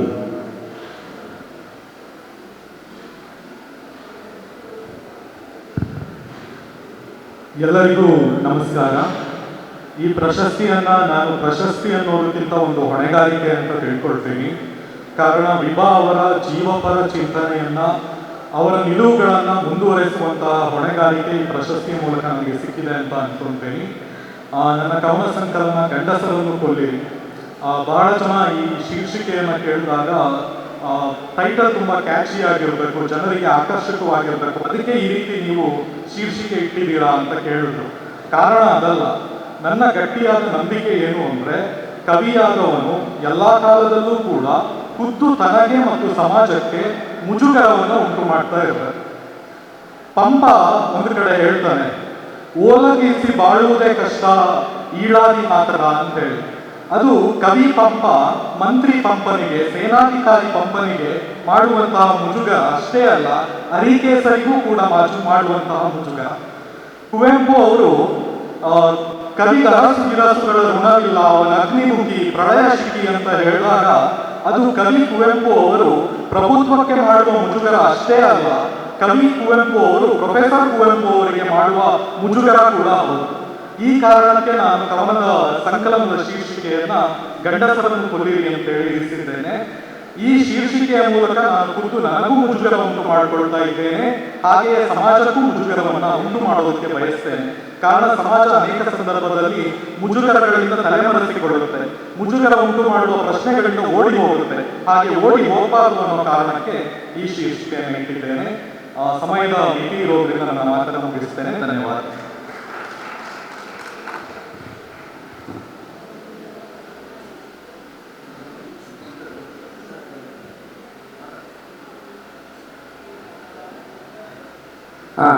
ಈ ಒಂದು ಕಾರ್ಯಕ್ರಮ ಉದ್ದೇಶಿಸಿ ಹೋರಾಟಗಾರರು, ಚಿಂತಕರು, ನಮ್ಮೆಲ್ಲರ ಒಡನಾಡಿಗಳಾಗಿರ್ತಕ್ಕಂಥ SR ಸರ್ ಅವರು ಒಂದೆರಡು ಮಾತಾಡಿ ಪ್ಲೀಸ್. ಅಲ್ಲೇ ಕುರಿತು ಮಾತಾಡ್ಬೋದು ಸರ್, ನಾನು ಅಲ್ಲಿ ಮಾತಾಡ್ಬೋದು. ಸೊ ವೇದಿಕೆಯ ಮೇಲಿನ ಮಿತ್ರರೇ, ಕರ್ನಾಟಕದ ಬೇರೆ ಬೇರೆ ಭಾಗಗಳಿಂದಂತಹ ಸಹೋದರರೇ, ಮಾಧ್ಯಮ ಮಿತ್ರರೇ, ಇವತ್ತಿನ ದಿವಸ ಈ 2 ದಿವಸದ ಅರ್ಥಪೂರ್ಣ ಒಂದೇನು ಸಮ್ಮೇಳನ ಇದೆ, ಸಂವಿಧಾನ ಭಾರತ ಧರ್ಮ ರಾಜಕಾರಣ, ಇದು ಐತಿಹಾಸಿಕವಾಗಿ ನಮ್ಮ ದೇಶ ಇವತ್ತೊಂದು ಬಹಳ ಗಂಭೀರವಾದ ಪರಿಸ್ಥಿತಿಯಿಂದ ಹೋಗ್ತಾ ಇದೆ. ಇಲ್ಲಿ ಈ ವಿಶೇಷವಾಗಿ BJPಯವರು, ಹಿಂದುತ್ವ ಸಂಘಟನೆಗಳು, ಇವರದೇ ಒಂದು ರಾಜಕಾರಣ ನಡೀತಾ ಇದೆ. ಇದು ನಮ್ಮ ಪ್ರಜಾಪ್ರಭುತ್ವ, ನಮ್ಮ ಸಂವಿಧಾನದ ಮೌಲ್ಯಗಳ ಮೇಲೆ ದೊಡ್ಡ ಮಾಡ್ತಾ ಇದೆ. ಇದು ನಾವು ಎದುರಿಸಬೇಕಾದ್ರೆ ರಾಷ್ಟ್ರ ಮಟ್ಟದಲ್ಲಿ ಯಾವ ರೀತಿ ನಮ್ಮ ಅಪೂರ್ವ ಮತ್ತು ಸೃಜನಶೀಲ ಪ್ರೇರಣಾದಾಯಕ ಸ್ವಾತಂತ್ರ್ಯ ಆಂದೋಲನ ಆಯಿತು, ಅಂಥ ಒಂದು ಸಾಂಸ್ಕೃತಿಕ ಆಂದೋಲನದ ಅವಶ್ಯಕತೆ ಇದೆ. ಇದೇ ವಿಷಯವಾಗಿ ಈ ಮೇ ಸಾಹಿತ್ಯ ಸಮ್ಮೇಳನ ಒಂದು ಅರ್ಥಪೂರ್ಣವಾದ ಶುರುವಾತಲ್ಲ, ತನ್ನದೇ ಆದ ರೀತಿಯಲ್ಲಿ ಹಲವಾರು ವರ್ಷಗಳಿಂದ ಮಾಡಿದೆ. ಇವತ್ತು ದಶಮಾನೋತ್ಸವ ಮಾಡ್ತಾ ಇದೆ. ಸೊ ಇಂಥ ಒಂದು 2 ದಿವಸದ ಕಾನ್ಫರೆನ್ಸಲ್ಲಿ ಭಾಗವಹಿಸಿ ನನಗೆ ತುಂಬ ಸಂತೃಪ್ತಿ ತಂದಿದೆ. ಯಾವ ಮೌಲ್ಯಗಳ ಸಲುವಾಗಿ, ಯಾವ ಆದರ್ಶಗಳ ಸಲುವಾಗಿ ನಾನು ನನ್ನ ಜೀವನದಲ್ಲಿ ಹೋರಾಟ ಮಾಡ್ತಾ ಇದ್ದೆ, ಇದನ್ನು ಮುಂದಿನ ಪೀಳಿಗೆಯವರು ನೀವು ಅರ್ಥಪೂರ್ಣವಾಗಿ ಮುಂದೆ ಒಯ್ತಾ ಇದ್ದಾರೆ. ನಿಮ್ಮೆಲ್ಲರ ಜೊತೆಗೆ ಇರಲಿಕ್ಕೆ ನನಗೆ ತುಂಬ ಸಂತೋಷ ಆಗಿದೆ ಮತ್ತು ಈ ಪುರಸ್ಕಾರಕ್ಕೆ ಅವರಿಗೆ ಪೂರ್ವಕ ಧನ್ಯವಾದಗಳು.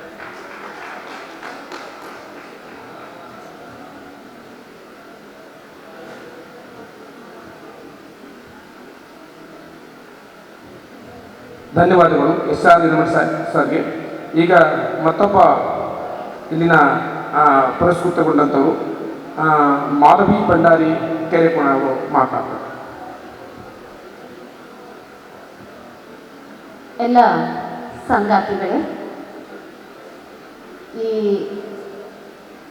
ಶಾಂತವೀರಮ್ಮ ಮಹಾತಾಯಿ ಕಥಾ ಪ್ರಶಸ್ತಿ ನನಗೆ ಮುಜುಗರವನ್ನು ಜೊತೆಗೆ ಸಂತೋಷವನ್ನು ತಂದಿದೆ. ಬಹುಶಃ ಇದು ನೀನು ಈವರೆಗೆ ಏನನ್ನೂ ಮಾಡಿಲ್ಲ, ಇನ್ನು ಮುಂದಾದರೂ ಮಾಡು ಅನ್ನುವ ಎಚ್ಚರಿಕೆಯನ್ನು, ಜವಾಬ್ದಾರಿಯನ್ನು ಕೂಡ ನನಗೆ ಹೇಳಿದೆ. ಅತ್ಯಂತ ವಿನಮ್ರರಾಗಿ ನಾನು ಇದನ್ನು ಸ್ವೀಕರಿಸಿದ್ದೇನೆ. ನಾನು ತುಂಬ ಸಮಯ ಆಗಿದೆ, ಏನು ನಾನು ಮಾತಾಡೋದಕ್ಕೆ ಇಷ್ಟಪಡೋದಿಲ್ಲ. ಇಲ್ಲಿ ನನಗೆ ಸಂದಿರುವಂತಹ ಅಮೂಲ್ಯ ಮೊತ್ತವನ್ನು ಕೂಡ ನಾನು ಜನಹಿತಕ್ಕಾಗಿಯೇ ಬಳಸ್ತೇನೆ ಅಂತ ಹೇಳ್ತಾ, ಇದನ್ನು ಕೊಟ್ಟಂತಹ ಎಲ್ಲರಿಗೂ ಕೂಡ ವಂದನೆಗಳನ್ನು ಹೇಳ್ತೇನೆ. ನಮಸ್ಕಾರ.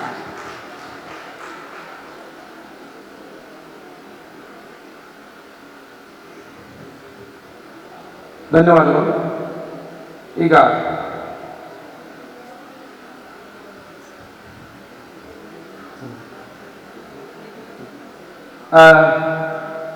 ಹಿಂದೂಧರ್ ಹೊನ್ನಾಪುರ ಸರ್ ಅವರು ಒಂದೆರಡು ಮಾತನಾಡಬೇಕು ಅಂತ ಕೇಳ್ಕೊಳ್ತೀನಿ.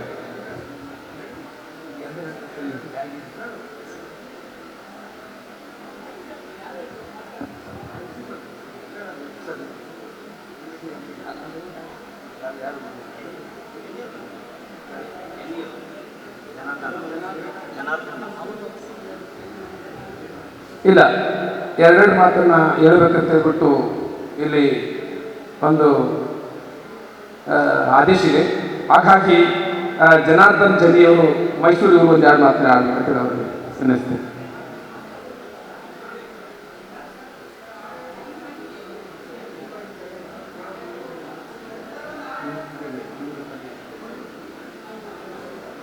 ಇಲ್ಲ, ಅವ್ರು ಕೂಡ ಟೈಮ್ ಆಗಿರೋ ಕಾರಣಕ್ಕಾಗಿ ಬೇಡ ಅಂತಾರೆ. ಈಗ ಕೊನೆಯ ಒಂದು ಘಟ್ಟದಲ್ಲಿದ್ದೀವಿ. ಅಧ್ಯಕ್ಷರು ನಮ್ಮೆಲ್ಲರ ಒಂದು ಒಡನಾಡಿಗಳು, ಹಿರಿಯರು ಮತ್ತು ಕೊಪ್ಪಳದ ಒಂದು ಅಸ್ಮಿತೆ ಅಂತ ಹೇಳ್ಬೋದು.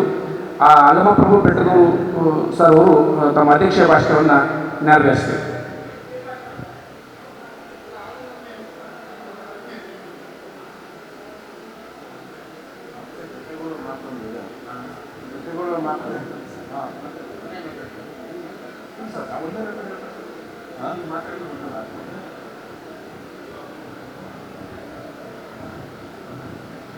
ಪ್ರಶಸ್ತಿ ಪುರಸ್ಕೃತರೆ ಕೊನೆಯ ಕಾರ್ಯಕ್ರಮದಲ್ಲಿ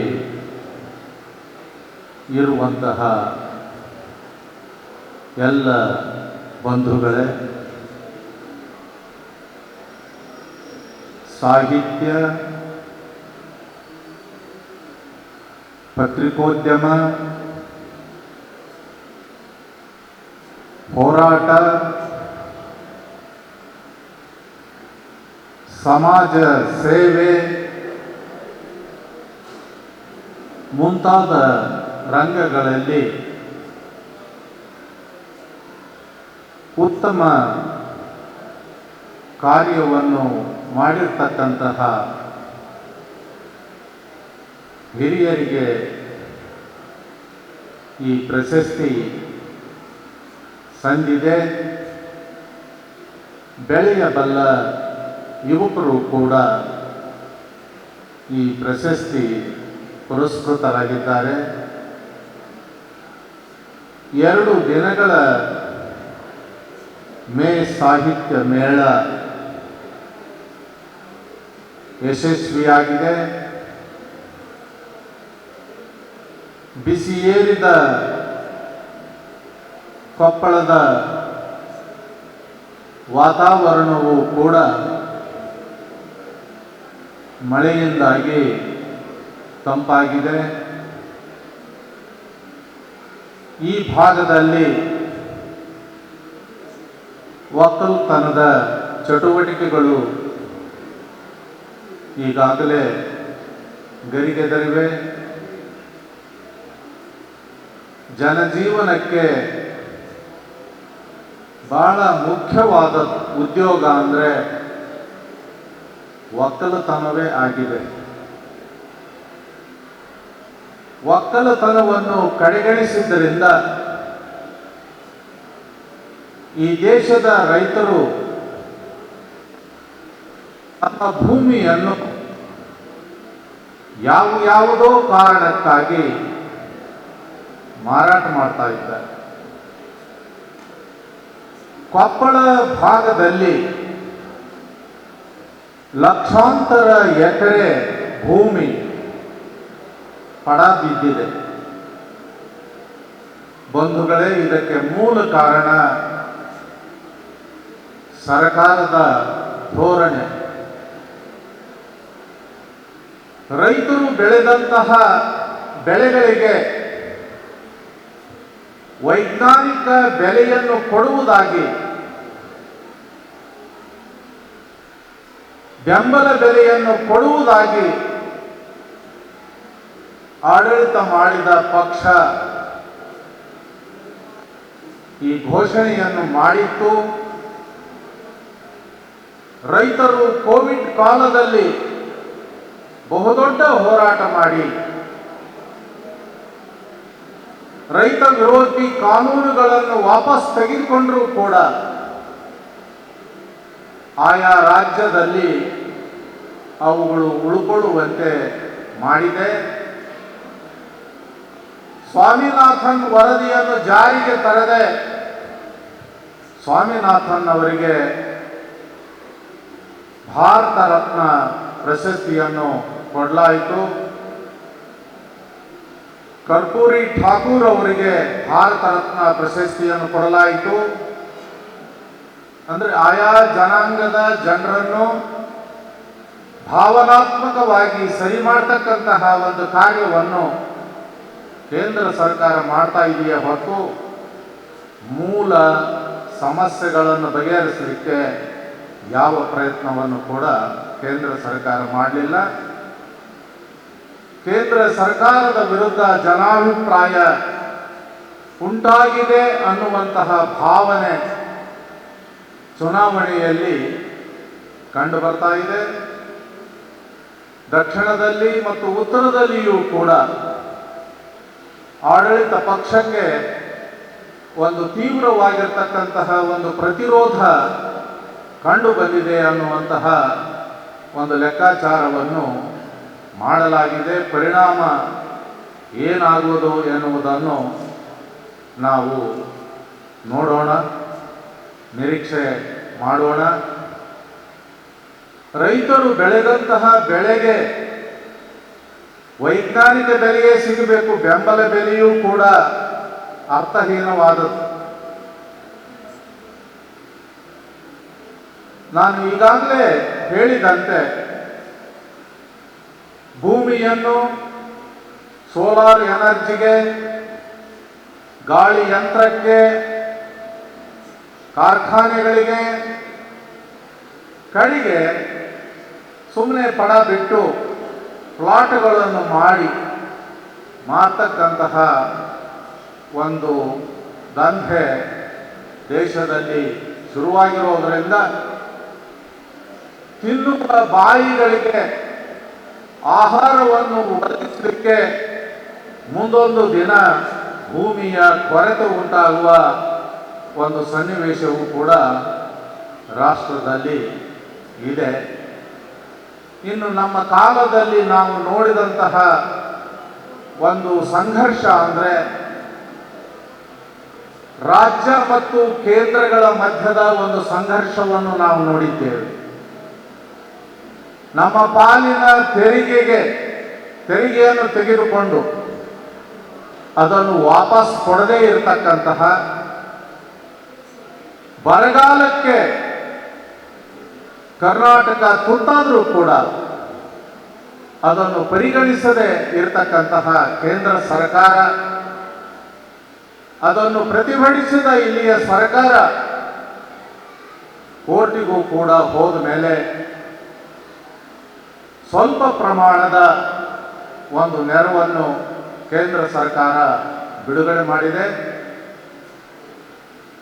ಇದು ಬಹಳ ದೊಡ್ಡ ರಾಷ್ಟ್ರ ಆಗಿರೋದ್ರಿಂದ ಇಲ್ಲಿ ಒಂದೇ ಪಕ್ಷ ಅಧಿಕಾರಕ್ಕೆ ಬರುವುದು ಸಾಧ್ಯವಿಲ್ಲ. ಬೇರೆ ಬೇರೆ ರಾಜ್ಯಗಳ ಪರಿಸ್ಥಿತಿ ಬೇರೆ ಇರೋದ್ರಿಂದ ಅಲ್ಲಲ್ಲಿಯ ಆಶಯಗಳನ್ನು ಈಡೇರಿಸುವಂತಹ ಪ್ರಾದೇಶಿಕ ಪಕ್ಷಗಳು ನಮ್ಮ ರಾಷ್ಟ್ರದಲ್ಲಿ ಆಡಳಿತ ಮಾಡ್ತಾ ಇರೋದರಿಂದ ಕೇಂದ್ರದಲ್ಲಿಯೂ ರಾಜ್ಯದಲ್ಲಿಯೂ ಒಂದೇ ಪಕ್ಷ ಇದ್ದರೆ ಬಹಳ ಅದ್ಭುತ ಬದಲಾವಣೆ ಬರ್ತದೆ ಅನ್ನುವಂತಹ ವಿಚಾರ ಅರ್ಥಹೀನವಾದದ್ದು ನಾವು ಕರ್ನಾಟಕದಲ್ಲಿ ಕಂಡಿದ್ದೇವೆ. ಇಲ್ಲಿಯೂ ಕೂಡ ಅದೇ ಸರ್ಕಾರ ಇತ್ತು, ಅಲ್ಲಿಯೂ ಅದೇ ಸರ್ಕಾರ ಇದ್ದರೂ ಕೂಡ ಯಾವುದೇ ಕಣ್ಣಿಗೆ ಕಾಣತಕ್ಕಂತಹ ಬದಲಾವಣೆ ನಮ್ಮ ರಾಜ್ಯದಲ್ಲಿ ಬರಲಿಲ್ಲ ಅನ್ನುವಂತಹ ಮಾತನ್ನು ತಮ್ಮ ಗಮನಕ್ಕೆ ತಂದು, ನಮ್ಮ ದೇಶ ಬಹು ಧರ್ಮಗಳ, ಬಹು ಭಾಷೆಗಳ, ಬಹು ಸಂಸ್ಕೃತಿಗಳ, ಬಹು ಆಹಾರ ಪದ್ಧತಿಗಳ, ಬಹು ವಸ್ತ್ರ ಪದ್ಧತಿಗಳ ದೇಶ. ಈ ದೇಶದ ಬಹುತ್ವವನ್ನು ಉಳಿಸಿಕೊಂಡು ಹೋಗಬೇಕು. ಈ ದೇಶದ ಬಹುತ್ವಕ್ಕೆ ನಷ್ಟ ಒದಗಿದ್ದೇ ಆದರೆ ಬಹುದೊಡ್ಡ ಒಂದು ಬೆಲೆಯನ್ನು ಈ ದೇಶ ತೆರಬೇಕಾಗುತ್ತೆ ಅನ್ನುವಂತಹ ವಿಚಾರವನ್ನು ಇಲ್ಲಿ ಸಾಂದರ್ಭಿಕವಾಗಿ ಹೇಳಿ, ಮೇ ಸಾಹಿತ್ಯ ಮೇಳ ನಡೆಸಲಿಕ್ಕೆ ಏಪ್ರಿಲ್ ತಿಂಗಳಿನಿಂದಲೇ ಇಲ್ಲಿ 10 ಮೀಟಿಂಗ್ಗಳು ನಡೆದು ಇಲ್ಲಿ ಮೇ ಸಾಹಿತ್ಯ ಮೇಳಕ್ಕೆ ನಿನ್ನೆಯ ದಿವಸ ಬಹಳಷ್ಟು ಸಂಖ್ಯೆಯಲ್ಲಿ ಜನ ಇದ್ದರು.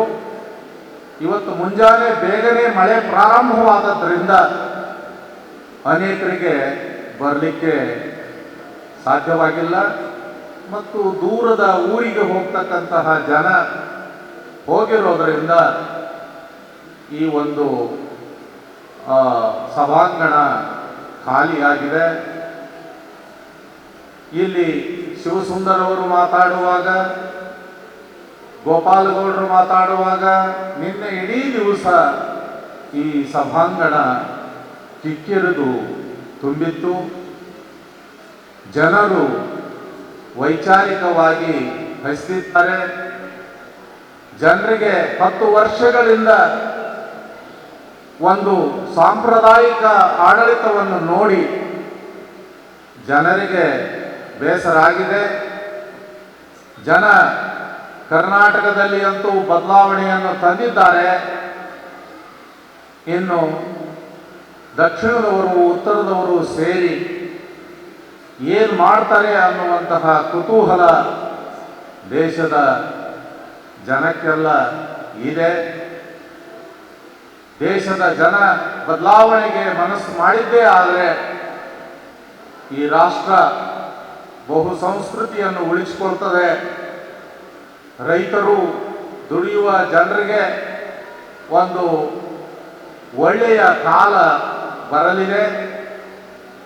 ಒಂದು ವೇಳೆ ಅವರ ಮಾತೆ ನಿಜ ಆಗಿ ಈ ದೇಶದ ಜನ ಏನೂ ಆಲೋಚನೆ ಮಾಡದೆ ಮತವನ್ನು ಕೊಟ್ಟರೆ ಅದು ಹಗ್ಗವನ್ನು ಕೊಟ್ಟು ಕೈ ಕಟ್ಟಿಸಿಕೊಂಡಂತೆ ಆಗುತ್ತದೆ ಅನ್ನುವಂತಹ ಮಾತನ್ನು ಹೇಳಿ, ನನಗೆ ಸಮಾರೋಪದ ಮಾತುಗಳನ್ನು ಆಡಲಿಕ್ಕೆ ಇಲ್ಲಿ ಅವಕಾಶ ಮಾಡಿಕೊಟ್ಟಂತಹ ಸಂಘಟಕರಿಗೆ ನನ್ನ ವಂದನೆಗಳನ್ನು ಹೇಳಿ ಮತ್ತು ಈ ಸಭೆಯಲ್ಲಿ ಇರ್ತಕ್ಕಂತಹ ಎಲ್ಲ ಪ್ರಶಸ್ತಿ ಪುರಸ್ಕೃತರಿಗೆ ನಾನು ಶುಭಾಶಯಗಳನ್ನು ಕೋರಿ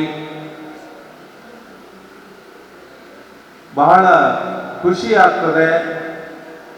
ಇಲ್ಲಿ ಈ ಹಿರಿಯರನ್ನು ನೋಡಿದರೆ ಪರಿಸರವನ್ನು ಉಳಿಸ್ತಕ್ಕಂತಹ, ಅಂತರ್ಜಲವನ್ನು ಹೆಚ್ಚು ಮಾಡತಕ್ಕಂತಹ, ಕಠಿಣವಾದ ರೀತಿಯಲ್ಲಿ ಕಾರ್ಯ ಮಾಡತಕ್ಕಂತಹ ಹಿರಿಯರು ಕೂಡ ಈ ಸಭೆಯಲ್ಲಿದ್ದಾರೆ. ಜಯಪ್ರಕಾಶ್ ಜೆಪಿ ಅವರು ಯಾವ ಸಂಸ್ಥೆಯನ್ನು ಬಿಟ್ಟು ಹೋದರೋ ಅಂಥ ಸಂಸ್ಥೆಗೆ ಅಧ್ಯಕ್ಷರಾಗಿರ್ತಕ್ಕಂಥ ಹಿರಿಯರು ಕೂಡ ಈ ಸಭೆಯಲ್ಲಿ ಇದ್ದಾರೆ. ಉತ್ತಮ ಪತ್ರಕರ್ತರು, ಒಳ್ಳೆಯ ಹಾಡುಗಾರರು, ತಮ್ಮ ಇರ್ತಕ್ಕಂಥ ಕಿರುಭೂಮಿಯನ್ನು ಶಾಲೆಗೆ ದಾನ ಮಾಡಿದಂಥ ನಮ್ಮ ಕೊಪ್ಪಳದ ಹುಚ್ಚಮ್ಮನಂತಹ ಹಿರಿಯರು ಕೂಡ ಇಲ್ಲಿರುವುದು ಕೂಡ ಬಹಳ ಒಂದು ಅಭಿಮಾನದ ಸಂಗತಿ ಅಂತ ಹೇಳಿ, ನಾವು ಈ ದೇಶದ ಬಗ್ಗೆ ನಿರಾಶೆಗೊಳ್ಳಬೇಕಾಗಿಲ್ಲ. ಇಲ್ಲಿ ವೈಚಾರಿಕತೆ ಇದೆ, ಇಲ್ಲಿ ಹೋರಾಟವಿದೆ, ಇಲ್ಲಿ ಕೆಚ್ಚಿದೆ, ಇಲ್ಲಿ ಬಲವಿದೆ ಎನ್ನುವುದನ್ನು ಈ ಮೇ ಸಾಹಿತ್ಯ ಮೇಳ ನಿರೂಪಿಸಿದೆ ಅನ್ನುವಂತಹ ಮಾತನ್ನು ಹೇಳಿ, ಈ ಮೇ ಸಾಹಿತ್ಯ ಮೇಳದಿಂದ ಅನೇಕರು ಸ್ಫೂರ್ತಿಯನ್ನು ಪಡೆದು ಅವರು ವಿಚಾರದಲ್ಲಿ ಮಿಂದು ಹೋಗಿದ್ದಾರೆ ಅಂತ ನಾನು ಭಾವಿಸುತ್ತೇನೆ. ಬಂಧುಗಳೇ, ನೀವು ನಿಂತ ನೆಲ ಇದೆಯಲ್ಲ, ಇದು ಅಂತಿಂತ ನೆಲವಲ್ಲ, ಇದು ಹೋರಾಟದ ನೆಲ. ಇಲ್ಲಿ ಬೌದ್ಧ ಧರ್ಮದಿಂದ ಹಿಡಿದುಕೊಂಡು ಏನು ಕೊಪ್ಪಳದ ಗವಿಮಠ ಇದೆಯಲ್ಲ, ಅದು ಒಂದು ಕಾಲಕ್ಕೆ ಬೌದ್ಧ ಕೇಂದ್ರವಾಗಿತ್ತು. ನಂತರ ಅದು ಜೈನ ಕೇಂದ್ರವಾಯಿತು. ತದನಂತರ ವೀರಶೈವ, ಲಿಂಗಾಯತ ಮುಂತಾದಂತಹ ಧರ್ಮಗಳು ಆ ಒಂದು ಮಠದ ಮೇಲೆ ಅಧಿಕಾರ ಸ್ಥಾಪಿಸಿರುವುದನ್ನು ನಾವು ಕಾಣ್ತಾ ಇದ್ದೇವೆ. ಆದರೂ ಕೂಡ ಒಂದು ಸಂತೋಷದ ಸಂಗತಿ ಏನು ಅಂದರೆ, ಕೊಪ್ಪಳದ ಗವಿಸಿದ್ದೇಶ್ವರ ಜಾತ್ರೆಯನ್ನು ನಡೀತದಲ್ಲ, ಅದು ಕೊಪ್ಪಳದ ಎಲ್ಲ ಜನಾಂಗದವರು ಸೇರಿ ಆಚರಿಸ್ತಕ್ಕಂತಹ ಒಂದು ಸೌಹಾರ್ದದ ಸಂಕೇತವಾಗಿ ಬೆಳೆದು ಬರ್ತಾ ಇರತಕ್ಕಂಥದ್ದು ಬಹಳ ಸಂತೋಷದ ಸಂಗತಿ. ಮತ್ತು ಆ ಜಾತ್ರೆ ಸಾಂಸ್ಕೃತಿಕವಾದಂತಹ ಒಂದು ಸ್ವರೂಪವನ್ನು ಪಡೆದುಕೊಂಡಿರುವುದು ಸಂತೋಷ. ಮತ್ತು ಅದು ಬಸವಾದಿ ಶರಣರ ಮೂಲ ವಿಚಾರಧಾರೆಯನ್ನು ಪ್ರಚಾರ ಮಾಡಲಿಕ್ಕೆ ಹುಟ್ಟಿಕೊಂಡಂತಹ ಮಠ ಅನ್ನುವ ಪರಿಕಲ್ಪನೆ ಅಲ್ಲಿ ಇರ್ತಕ್ಕಂಥ ಮಠಾಧಿಪತಿಗಳಿಗೆ ಬಂದರೆ ಕೊಪ್ಪಳದ ಚಿತ್ರವೂ ಕೂಡ ಬದಲಾಗಲಿದೆ ಅಂತ ನಾನಾದರೂ ಕೂಡ ಭಾವಿಸ್ತೇನೆ. ಇಲ್ಲಿ ಸೇರಿರ್ತಕ್ಕಂತಹ ಪ್ರಶಸ್ತಿ ಪುರಸ್ಕೃತರಿಗೆ ಮತ್ತು ತಮಗೂ ಕೂಡ ಶುಭಾಶಯವನ್ನು ಕೋರಿ ನನ್ನ ಮಾತುಗಳನ್ನು ನಿಲ್ಲಿಸ್ತಾ ಇದ್ದೇನೆ. ನಮಸ್ಕಾರ.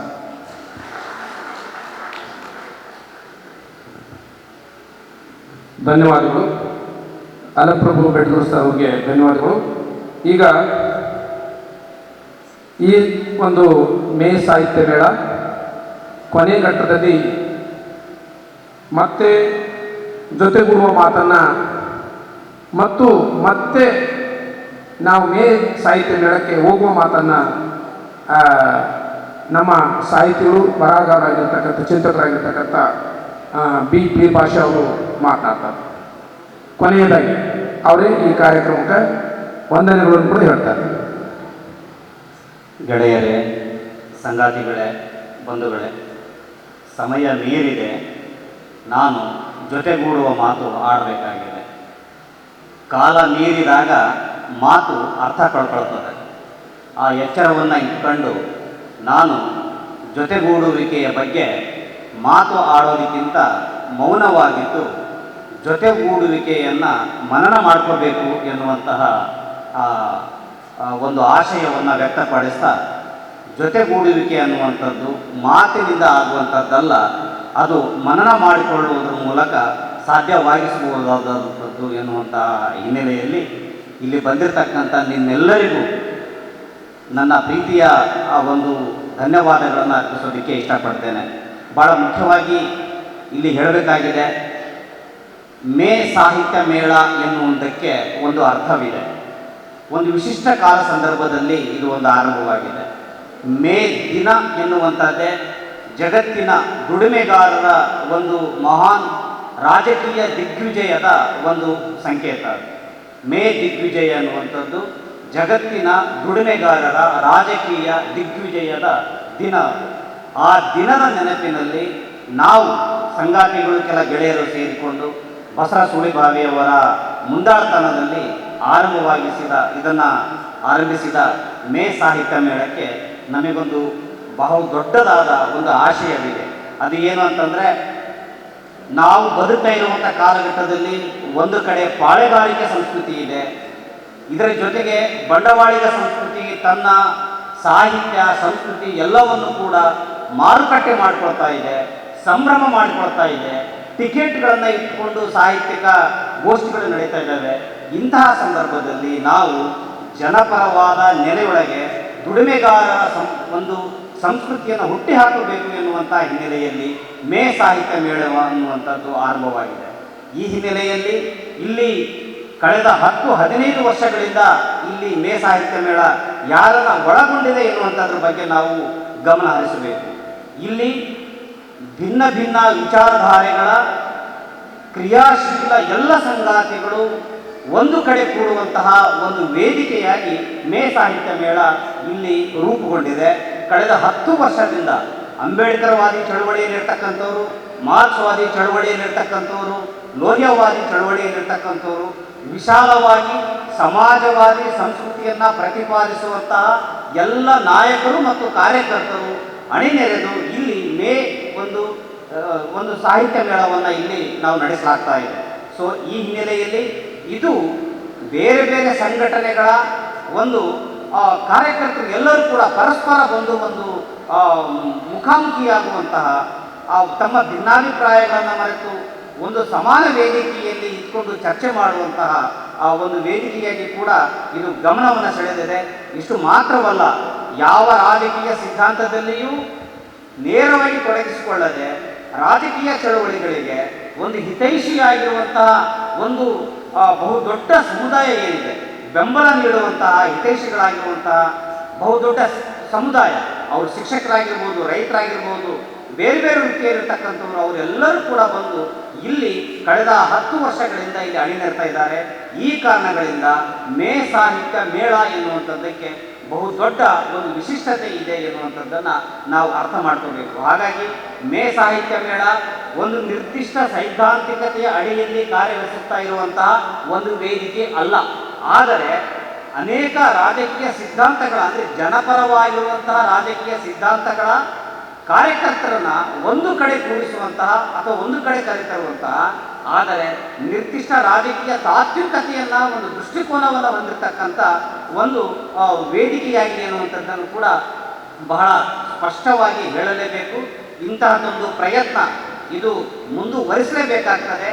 ಈ ಹಿನ್ನೆಲೆಯೊಳಗೆ ಜೊತೆಗೂಡುವಿಕೆಗೆ ಬಹಳ ದೊಡ್ಡ ಅರ್ಥವಿದೆ. ಹಾಗಾಗಿ ಜೊತೆಗೂಡುವಿಕೆಯ ಮಾತು ಅತ್ಯಂತ ನಿರಂತರವಾದದ್ದು. ಅದು ನಮ್ಮೊಳಗೆ ನಾವು ಆಡ್ಕೊಳ್ಬೇಕಾಗಿರುವಂಥದ್ದು, ನಾವು ಕಟ್ಟಿಕೊಳ್ಬೇಕಾಗಿರುವಂಥದ್ದು. ಆದರೆ ಈ ಬಗೆಯ ಸಾಹಿತ್ಯ ಮೇಳದ ಮುಖಾಂತರ ನಾವು ಬರೀ ಸಾಹಿತ್ಯದ ಬಗ್ಗೆ ಮಾತ್ರ ಇಲ್ಲಿ ಚರ್ಚೆ ಮಾಡ್ತಾ ಇಲ್ಲ. ಅದು ಇಲ್ಲಿ ತಾವೆಲ್ಲ ಗಮನಿಸಿರ್ಬೋದು, ಅನೇಕ ವರ್ಷಗಳ ನಾವು ಸಾಹಿತ್ಯ ಮೇಳದ ಯಾದಿಯನ್ನು ನೋಡಿದರೆ ಇಲ್ಲಿ ಜನರ ಬದುಕಿನ ಬಗ್ಗೆ, ರಾಜಕಾರಣದ ಬಗ್ಗೆ, ಪ್ರಭುತ್ವದ ಬಗ್ಗೆ, ಸಾಮಾಜಿಕತೆಯ ಬಗ್ಗೆ, ಸಂಸ್ಕೃತಿಯ ಬಗ್ಗೆ ಗೋಷ್ಠಿಗಳು ನಡೀತಾ ಇದ್ದಾವೆ. ಈ ಪರಂಪರೆ ಏನಿದೆಯಲ್ಲ ಇದು ಮುಂದುವರಿಯಬೇಕು. ಈ ಮುಂದುವರಿಸುವಿಕೆ ನಿಟ್ಟಿನೊಳಗೆ ತಾವೆಲ್ಲ ಕೂಡ ಹೆಚ್ಚು ಕ್ರಿಯಾಶೀಲವಾಗಿ ತೊಡಗಿಸಿಕೊಳ್ಬೇಕು ಎನ್ನುವಂಥ ಮಾತುಗಳನ್ನು ನಾನು ಹೇಳಕ್ಕೆ ಇಷ್ಟಪಡ್ತೇನೆ. ಬಹಳ ಮುಖ್ಯವಾಗಿ ಇಲ್ಲಿ ಗಮನಿಸಲೇಬೇಕು. ಬಹಳ ಮುಖ್ಯವಾಗಿ ಯಾವುದೇ ಸಮ್ಮೇಳನ ಅಥವಾ ಯಾವುದೇ ದೊಡ್ಡ ದೊಡ್ಡ ವಿಚಾರ ಸಂಕಿರಣಗಳಿಗೆ ಸರ್ಕಾರಗಳು ಪ್ರಾಯೋಜಕತ್ವವನ್ನು ನೀಡ್ತಾ ಇರ್ತವೆ ಅಥವಾ ಕಂಪನಿಗಳು ಪ್ರಾಯೋಜಕತ್ವವನ್ನು ನೀಡ್ತಾ ಇರ್ತವೆ. ಅದು ಯಾವುದೂ ಇಲ್ಲ ಅಂತಂದರೆ ಆಯಾಯ ಊರಿನ ರಾಜಕಾರಣಿಗಳು ಕೈ ತುಂಬ ಅಥವಾ ಜೇಬಿನ ತುಂಬ ಹಣ ಕೊಟ್ಟು ನೀವು ಆಟ ಆಡ್ರಿ ಅಂತ ಹೇಳಿ ಬಿಟ್ಟುಕೊಂಡು ಇಂಥ ಮೇಳಗಳನ್ನು ನಡೆಸ್ತಾ ಇರ್ತಾರೆ. ಆದರೆ ಮೇ ಸಾಹಿತ್ಯ ಮೇಳ ಸಂಪೂರ್ಣವಾಗಿ ನಡೀತಾ ಇರುವಂಥದ್ದು ಅದು ಪ್ರಾಮಾಣಿಕವಾದ ಜನರಿಂದ, ಪ್ರಾಮಾಣಿಕ ದುಡಿಮೆಗಾರರ ಸಂಸ್ಕೃತಿಯನ್ನು ಬೆಂಬಲಿಸುವಂತಹ ಕಾರ್ಯಕರ್ತರು ಮತ್ತು ಹಿತೈಷಿಗಳು ಮತ್ತು ಚಳವಳಿಯಲ್ಲಿ ಕೆಲಸ ಮಾಡುವಂಥವರ ನೇರವಾದ ಬೆಂಬಲದಿಂದ, ಅವರ ದುಡಿಮೆಯಿಂದ ಬಂದ ನೈತಿಕ ಹಣದಿಂದ ಈ ಸಮ್ಮೇಳನ ನಡೀತಾ ಇದೆ ಎನ್ನುವಂಥದ್ದು ಏನಿದೆಯಲ್ಲ ಇದರ ಹೆಚ್ಚುಗಾರಿಕೆಯಾಗಿದೆ. ಹಾಗಾಗಿ ಬರೀ ಹಣದ ಮೂಲ ಮಾತ್ರ ಅಲ್ಲ, ಅದನ್ನು ನಿರ್ವಹಿಸುವಂಥ ಟ್ರಾನ್ಸ್ಪರೆನ್ಸಿ, ಪಾರದರ್ಶಕ ಏನಿದೆ ಇದು ಬಹಳ ದೊಡ್ಡದು. ಪಾರದರ್ಶಕತೆ ಬಹಳ ದೊಡ್ಡದು. ಬಹಳ ದೊಡ್ಡಗಳು ಮೇಳಗಳು ನಡೀತಿರ್ತವೆ. ಎಲ್ಲಿಂದ ಹಣ ಬಂತು ಗೊತ್ತಾಗಲ್ಲ, ಹೇಗೆ ಖರ್ಚಾಯಿತು ಅಂತ ಗೊತ್ತಾಗಲ್ಲ, ಯಾರಿಗೆ ಲೆಕ್ಕ ಕೊಡುವ ಜವಾಬ್ದಾರಿಕೆಯೂ ಇರಲ್ಲ. ಆದರೆ ಮೇ ಸಾಹಿತ್ಯ ಮೇಳದ ವಿಶಿಷ್ಟತೆ ಏನಂತಂದರೆ ಈ ಮೇಳ ನಡೆದ ಒಂದು ವಾರದ ಒಳಗಾಗಿ ಯಾರು ದುಡ್ಡು ಕೊಟ್ಟರು, ಎಷ್ಟು ಖರ್ಚಾಯಿತು ಎನ್ನುವುದರ ಬಗ್ಗೆ ಒಂದು ಸವಿವರವಾದ ಒಂದು ಪಟ್ಟಿನೇ ಸಮೂಹ ಮಾಧ್ಯಮಗಳ ಮುಖಾಂತರ ಮುಕ್ತವಾಗಿ ಎಲ್ಲರಿಗೂ ಕೂಡ ಬಿಡುಗಡೆ ಆಗ್ತದೆ. ಆ ಮಟ್ಟಿಗೆ ಈ ಮೇ ಸಾಹಿತ್ಯ ಮೇಳ ಪಾರದರ್ಶಕತೆಯನ್ನು ರೂಢಿಸಿಕೊಂಡಿದೆ ಎನ್ನುವಂಥದ್ದು ಕೂಡ ಒಂದು ಹೆಗ್ಗಳಿಕೆಯ ಮಾತೆ ಅಂತೇಳಿ ನಾನು ಹೇಳಕ್ಕೆ ಇಷ್ಟಪಡ್ತೇನೆ. ಹಾಗಾಗಿ ಅನೇಕ ವಿಶಿಷ್ಟತೆಗಳಿದ್ದಾವೆ. ಇದು ದುಡಿಮೆಗಾರರ ಸಂಸ್ಕೃತಿಯನ್ನು ಪ್ರತಿಪಾದಿಸುತ್ತದೆ. ಇದು ಸಮಾಜವಾದಿ ಪರ್ಯಾಯ ಸಂಸ್ಕೃತಿಯನ್ನು ಕಟ್ಟುವ ರಾಜಕೀಯ ಆಶಯವನ್ನು ಹೊಂದಿದೆ. ಇದು ಈ ಸಮಾಜದಲ್ಲಿ ದುಡಿಯುವ ಜನರ ಪರವಾಗಿರುವಂತಹ ಸಾಹಿತಿಗಳನ್ನು, ಕಲಾವಿದರನ್ನ, ಚಿಂತಕರನ್ನು ಒಗ್ಗೂಡಿಸ್ತದೆ. ಇಂತಹ ಅನೇಕ ಕಾರ್ಯಕರ್ತರನ್ನ ಮುಖಾಮುಖಿಯಾಗಿಸ್ತದೆ. ಸಂಘಟನೆಯೊಳಗಡೆಗೆ ಪಾರದರ್ಶಕತೆ ಇದೆ, ಆದಾಯದ ಮೂಲದಲ್ಲಿ ನೈತಿಕತೆ ಇದೆ. ಈ ಎಲ್ಲ ಕಾರಣಗಳ ಮುಖಾಂತರವಾಗಿ ಮೇ ಸಾಹಿತ್ಯ ಮೇಳ ವಿಶಿಷ್ಟವಾಗಿ ನಿಲ್ಲುತ್ತೆ. ಇದನ್ನು ಮುಂದುವರಿಸಿಕೊಂಡು ಹೋಗುವಂತಹ ಜವಾಬ್ದಾರಿ ಎಲ್ಲರದ್ದು ಆಗಿದೆ. ಎಲ್ಲ ಪ್ರಗತಿಪರ ಸಂಘಟನೆಗಳದ್ದು, ಎಲ್ಲ ಪ್ರಗತಿಪರ ರಾಜಕೀಯ ಚಿಂತನೆಗಳದ್ದು ಮತ್ತು ಎಲ್ಲ ಪ್ರಗತಿಪರ ಆಶಯವನ್ನು ಹೊಂದಿರತಕ್ಕಂಥ ನಮ್ಮೆಲ್ಲರದ್ದು ಕೂಡ ಆಗಿದೆ ಎನ್ನುವಂಥ ಹಿನ್ನೆಲೆಯಲ್ಲಿ ಮತ್ತೆ ಮತ್ತೆ ಈ ಮೇ ಸಾಹಿತ್ಯ ಮೇಳ ನಿರಂತರವಾಗಿ 10 ವರ್ಷಗಳಲ್ಲ, ಅನೇಕ ದಶಕಗಳ ಕಾಲ ಹೀಗೆ ಮುಂದುವರಿತಾ ಇರಲಿ. ಜನತೆ ಮತ್ತು ಎಲ್ಲರ ಬೆಂಬಲ ಇದಕ್ಕೆ ಸಿಗುವಂತಾಗಲಿ, ನಿಮ್ಮೆಲ್ಲರ ತೊಡಗಿಸಿಕೊಳ್ಳುವಿಕೆ ಬರುವಂತಾಗಲಿ ಅಂತ ಆಶಿಸ್ತಿ ಈ ವೇದಿಕೆ ಮೇಲೆ ಕುಂತಿರ್ತಕ್ಕಂಥವರು ಅತ್ಯಂತ ಗೌರವಾನ್ವಿತರು. ಒಂದು ಅವರವರ ಕ್ಷೇತ್ರದಲ್ಲಿ ತುಂಬ ಕೆಲಸವನ್ನು ಮಾಡಿದಂಥವರು. ಅವರಿಗೆ ಪ್ರತ್ಯೇಕವಾಗಿ ಒಬ್ಬೊಬ್ಬರ ಬಗ್ಗೆ ಹೇಳಬೇಕಾಗಿಲ್ಲ. ಅವರಿಗೆ ಪ್ರಾಮಾಣಿಕವಾದ ಅತ್ಯಂತ ಗೌರವಗಳನ್ನು ಸಲ್ಲಿಸ್ತಾ ಈ ಸಾಹಿತ್ಯ ಮೇಳ ಯಶಸ್ವಿ ಆಗಿದೆ ಅಂತ ಭಾವಿಸಿ ನಾನು ಈ ಜೊತೆಗೂಡುವಿಕೆಯ ಮಾತನ್ನು ಇಲ್ಲಿಗೆ ಮುಗಿಸ್ತಾ ಇದ್ದೇನೆ. ನಮಸ್ಕಾರ.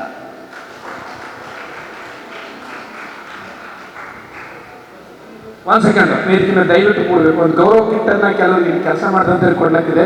ಆ ಕಾರಣಕ್ಕಾಗಿ ಇಲ್ಲಿ ಮಂಜುನಾಥ್ ಬಂಡವಾಳ ಮತ್ತು ಅವ್ರ ಕ್ಯಾಮರಾಮ್ಯಾನು ರವಿತೇಜ್ ಅಭಿಗೇರಿ ಸರ್ ಅವರು ಬಂದು ಆ ಗೌರವ ಕಿಟ್ನ ಅವರು ಸ್ವೀಕರಿಸ್ತಾರೆ. ಪ್ಲೀಸ್ ಸರ್, ಇಲ್ಲೇ ವೇದಿಕೆ ಮೇಲೆ ಅವ್ರ ಮುಂದೆ, ಅತಿಥಿಗಳ ಮುಂದೆ.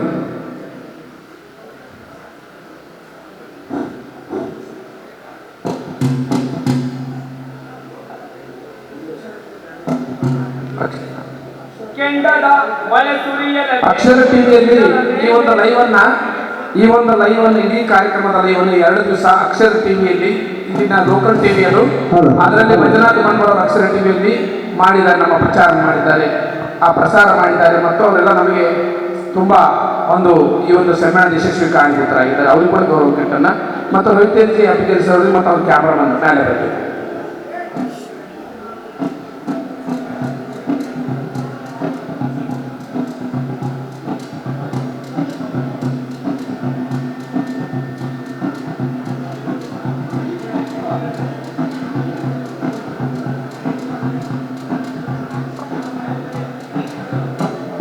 ಅವರ ಕ್ಯಾಮ್ರಾಮನ್, ಅಕ್ಷರ ಟಿವಿ ಕ್ಯಾಮ್ರಾಮನ್ ಅವರು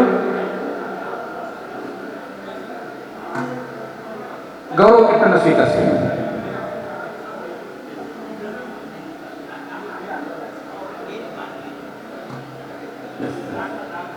ಹಾಗೆ ಓಕೆ, ಧನ್ಯವಾದಗಳು.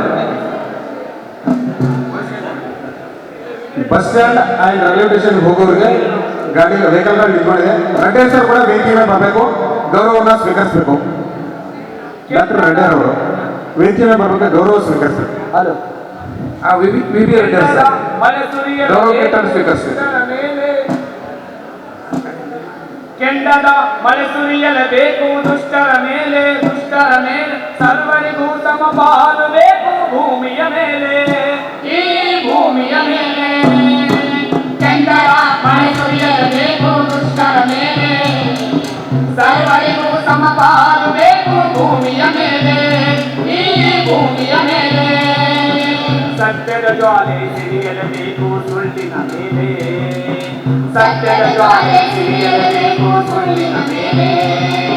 ಸರ್ವರಿಗೂ ಸಮಪಾಲು ಬೇಕು ಬದುಕಿರುವಾಗಲೇ, ನಾವು ಬದುಕಿರುವಾಗಲೇ.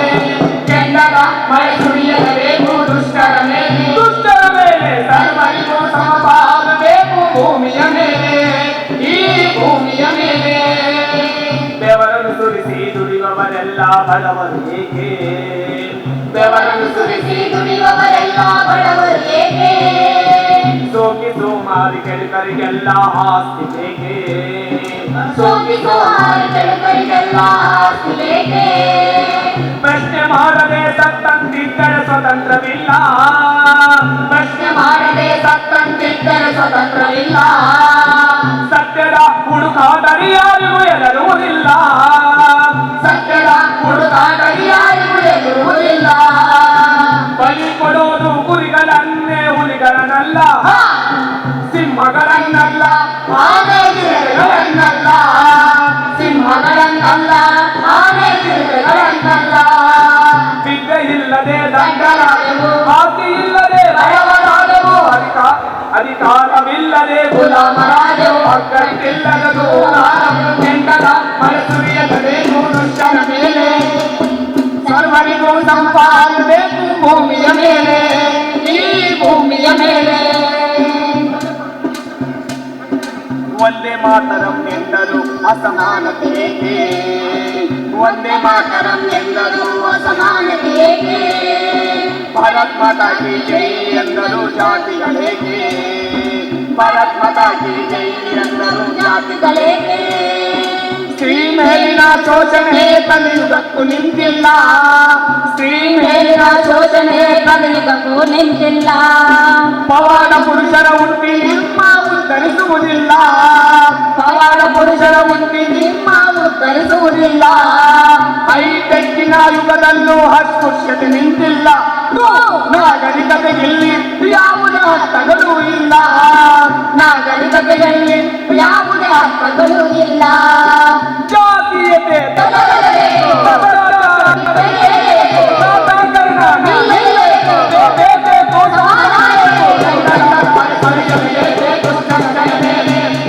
ಸರ್ವರಿಗೂ ಸಮತಾಲಯತೆ ಭೂಮಿಯ ಮೇಲೆ, ಈ ಭೂಮಿಯ ಮೇಲೆ.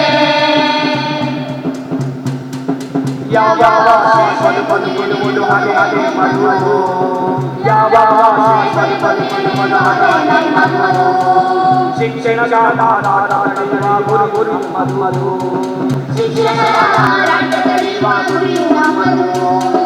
ವಿದ್ಯಾದಾತೆ ಸರಸ್ವತಿ ಎಲ್ಲ ಸಾವಿತ್ರಿ ಬಾಪುಲೆ, ವಿದ್ಯಾದಾತೆ ಸರಸ್ವತಿ ಎಲ್ಲ ಸಾವಿತ್ರಿ ಬಾಪುಲೆ, ಅಕ್ಷರದಾತ ಗಣೇಶನಲ್ಲ ಜ್ಯೋತಿ ಬಾಪುಲೆ, ಅಕ್ಷರದಾತ ಗಣೇಶನಲ್ಲ ಜ್ಯೋತಿ ಬಾಪುಲೆ.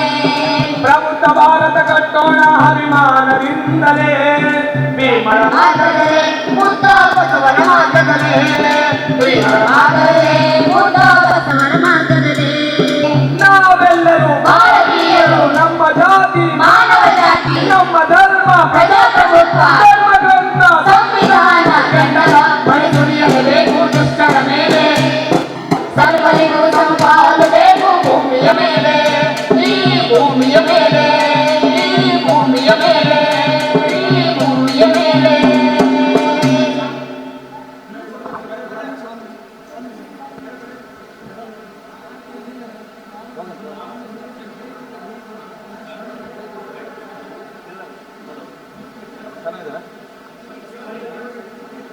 ಹಲೋ, ಎಲ್ಲರಿಗೂ ಊಟದ ವ್ಯವಸ್ಥೆ ಇದೆ, ದಯವಿಟ್ಟು ಊಟ ಮಾಡಿಕೊಂಡು ಹೋಗಬೇಕು ಅಂತ ಕೇಳ್ಕೊಳ್ತಾ ಇದ್ದೀವಿ. ಊಟದ ರೆಡಿ ಆಗಿದೆ.